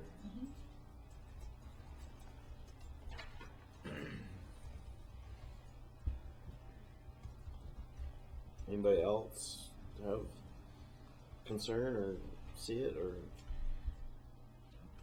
Yeah, almost they need a comment to say board authorized events or something. Or Not sure that's the exact wording, but something along those lines. We have a motion to already to approve them, moved and seconded. Right? It was moved by John. Did I get a seconder? Trustee Kirkner. So, anybody opposed that just being viewed as being a friendly amendment, or do you want to pull it out? And it just needs to be clarified because we've had an issue in the past. or a board event was conducted, alcohol was used, and it was, all the rules were followed, but it on the surface looked like it violated this policy. So what's the change, Chair? You might ask. Well, we need to clarify whether that includes any activity, board events. Like, that's what we need to understand, so that any event organized that's conducted by the board and that's part of the business of the board cannot have alcohol. Well, I agree. I mean, for example, later this evening, we're going to have a little reception, and there's no alcohol involved. I can't see any need for that unless it involves the community use of schools. I'm happy with that. May I give another example for consideration, and that would be our annual retirement celebration. So while it's not traditionally on board property, it is the business of the board. And that we do have alcohol served at. Like, I think that I'm just concerned that there are interpretations that we could open ourselves up to if we're not clear. So I'm thinking, I almost think we need to pull this one out and make sure that that's covered. I'm concerned that if we don't. So what we can do with the motion is we can just hold the vote, and just vote against it and redo it, or you can pull it. Just pull your motion and just let's approve the two, unless we want I'm to. happy to pull the motion until we obtain clarification. Okay, so let's redo your motion then with just the other two then. Well, we didn't change the volunteer one, so it's just one. Okay. And that is that we approve amended policy number 305. Okay, all right. And Trustee Carpenter, you're still okay seconding? Yes. All right, so any other comment? Let's call the question.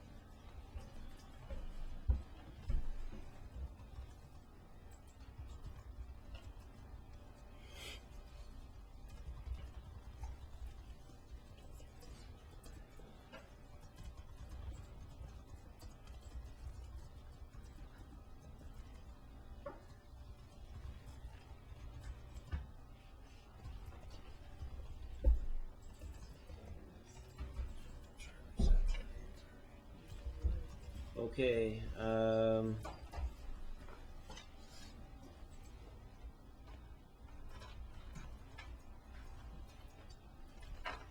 need a motion to move into private, please. Trustee McMillan, Trustee McCray. All in favor? We'll have to do a motion to extend again. Yeah, let's do the motion to get back into board then. Motion to get back into board. Moved by Trustee McMillan, seconded by Trustee McDonald. Anybody opposed? Okay, that passes.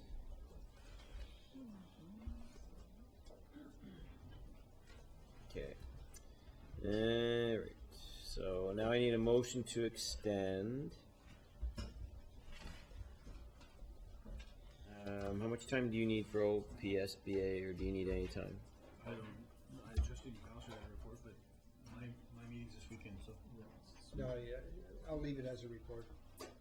So we won't do that one. Report of special education, how long do we need for that?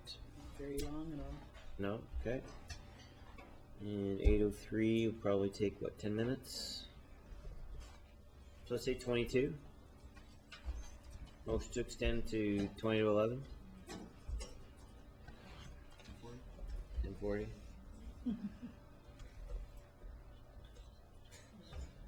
$14 minutes, Trustee McPherson. You don't want to let go of it, yeah. Bitter end. I do. I'm ready.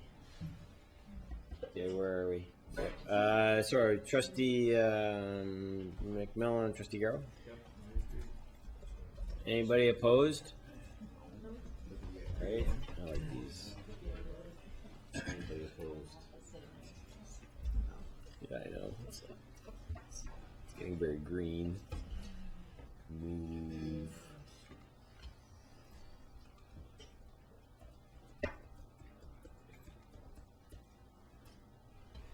All right. I'm gonna just play with the agenda order here a little bit, so follow along. If anybody objects, please do so. So, report from Public Session Committee of the Whole. There's no recommendations. Right?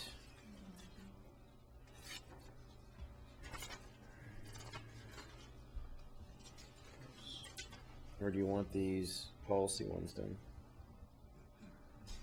I have report from Committee of the Whole Public Session. Okay, so I have two motions that to retire policy 206 and to, all right, so let's do that one first. So to retire the employment equity policy. I have a motion to do that, please. Trustee McDonald and Trustee McAllister. Go ahead and vote.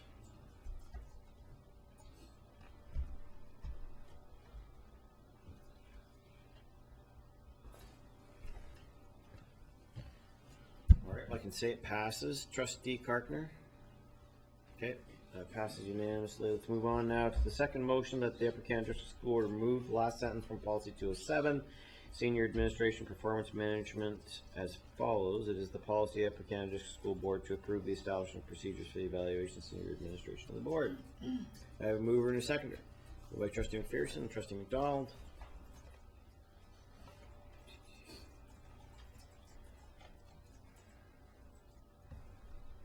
Okay. Okay, passes. Is it Trustee Karkner? Yes. Trustee McDonald? It's not unreal. Trustee Swan? Okay, it's good, that passed unanimously. Okay, you'll also see in the, that there's a notice of motion. Nope, one more. Third one, sorry. I'm sorry about that. So the last one is to change the number of the copyright law from 326 to 325. Moved by Trustee McMillan, seconded by Trustee McAllister.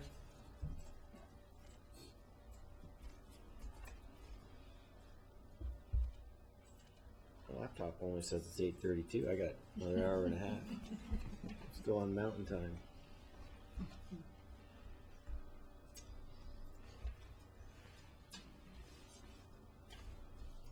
Okay, now we'll move on to the notice of motion. It's just purely a notice of motion and will be discussed at the next board meeting.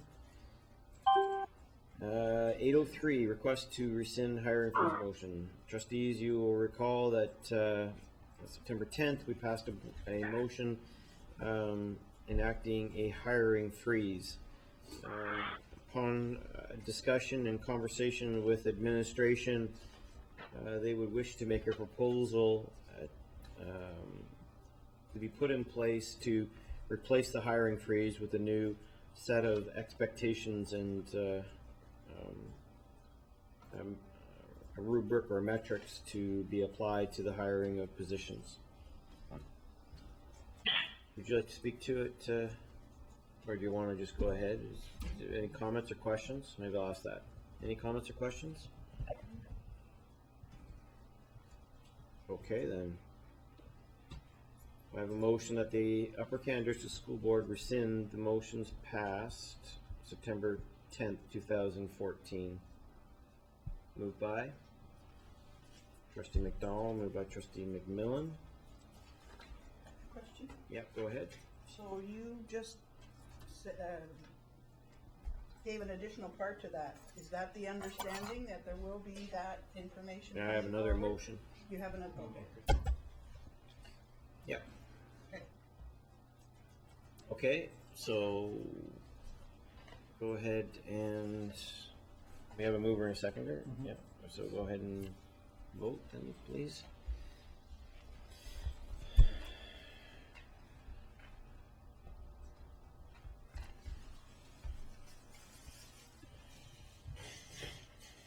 Trustee Carpenter?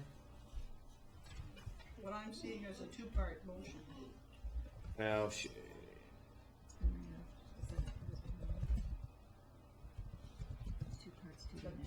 I mean, it's okay with me, that's how. I'm just rescinding the motion. I didn't read out the whole motion. That's what she has in there. She has the text of the motion.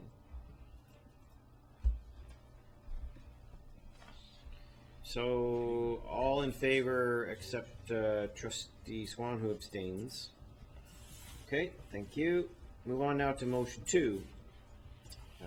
That motion, somebody want to move and second it? Trustee McDonald, Trustee Carpenter, that the Upper Canada District School Board direct administration to proceed with staffing under the following conditions. Centrally assigned principals and vice principal staffing, including existing vacancy and proposed net new positions, would remain subject to board approval. Any position that would result in an increase to department's approved budget beyond the level proposed in the 2014-15 budget process will remain subject to board approval. Any position that would increase the FTE complement of any department beyond that presented for a 2014-15 school year as part of the 14-15 budget process will remain subject to board approval. Staffing of all other vacancies will be at the discretion of the director, with a written record of the proposed staffing and rationale for decision will be kept and made available to the board in private session upon request. Okay. Any comments or questions about that?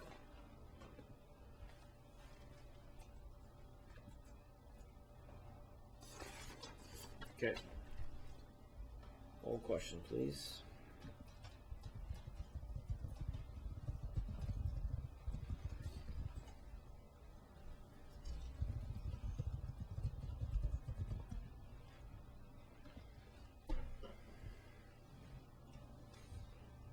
Trustee Swan? All right, everyone's in favor?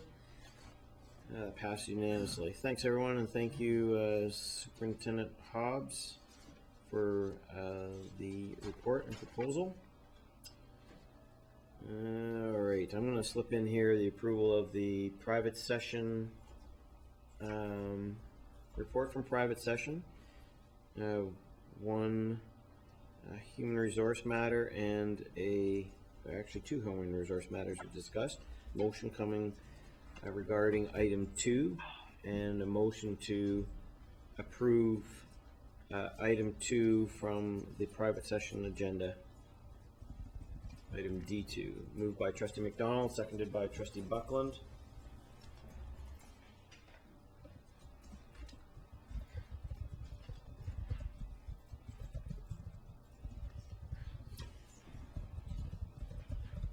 McDonald, yeah.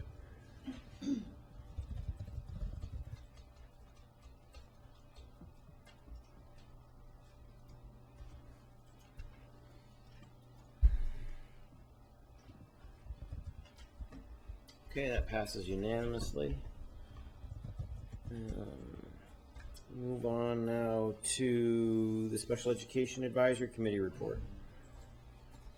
The Special Education Advisory Committee met here on Tuesday, November 4th. We received a presentation on the new IEP program, and we also had the superintendent's report where Valerie Allen reported on the Creating Pathways to Success. We also had a little appreciation certificates given out to our members since their term their term was finished. So they were given certificates and a lunch bag with all means all. And at this time, I'd like to, on behalf of the board, thank the following members for their sitting on the board for the SEAC for the last 4 years: Kathy Blair, Melinda Long, Kimberly Wright, Donna Richards, Deborah Terrence, Deborah Woods, Dr. Andrew Thomas, Corey Earl, and Amy Booth. And that's it.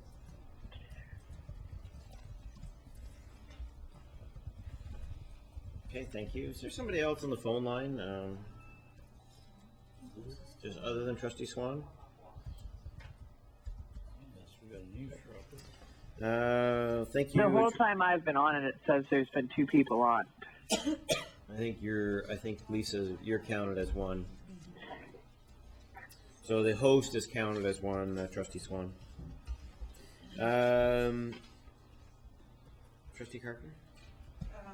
OBSPA report is supposed to be nice, and we sort of fluffed over that, but there's one part I want in my report that I need some action on because I have a meeting coming up next Okay, week. go ahead.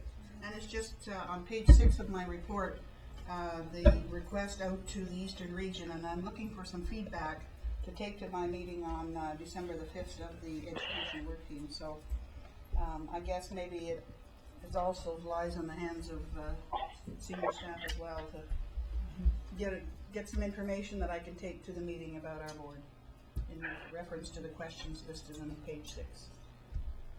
That's it. Okay, you'll communicate directly. You'll communicate directly then with our OPSPA reps. Okay, thank you. Director, you have a comment?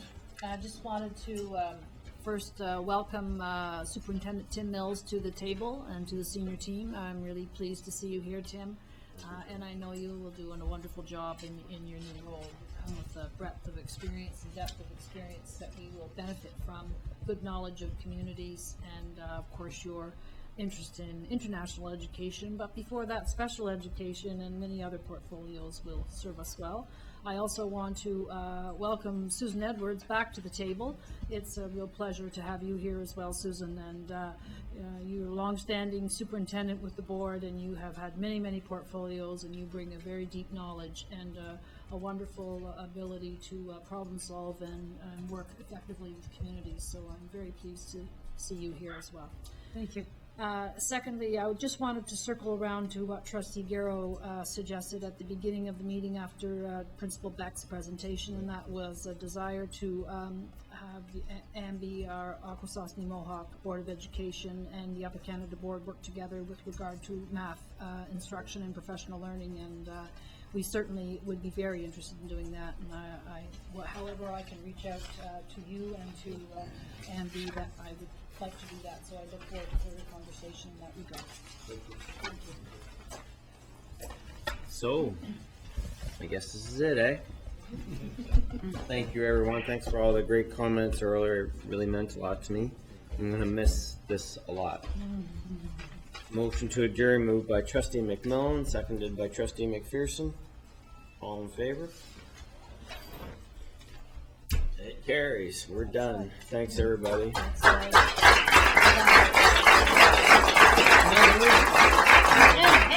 before 20 to 11. That's right. Or 11:40. We are still running. Oh, yeah. Yes.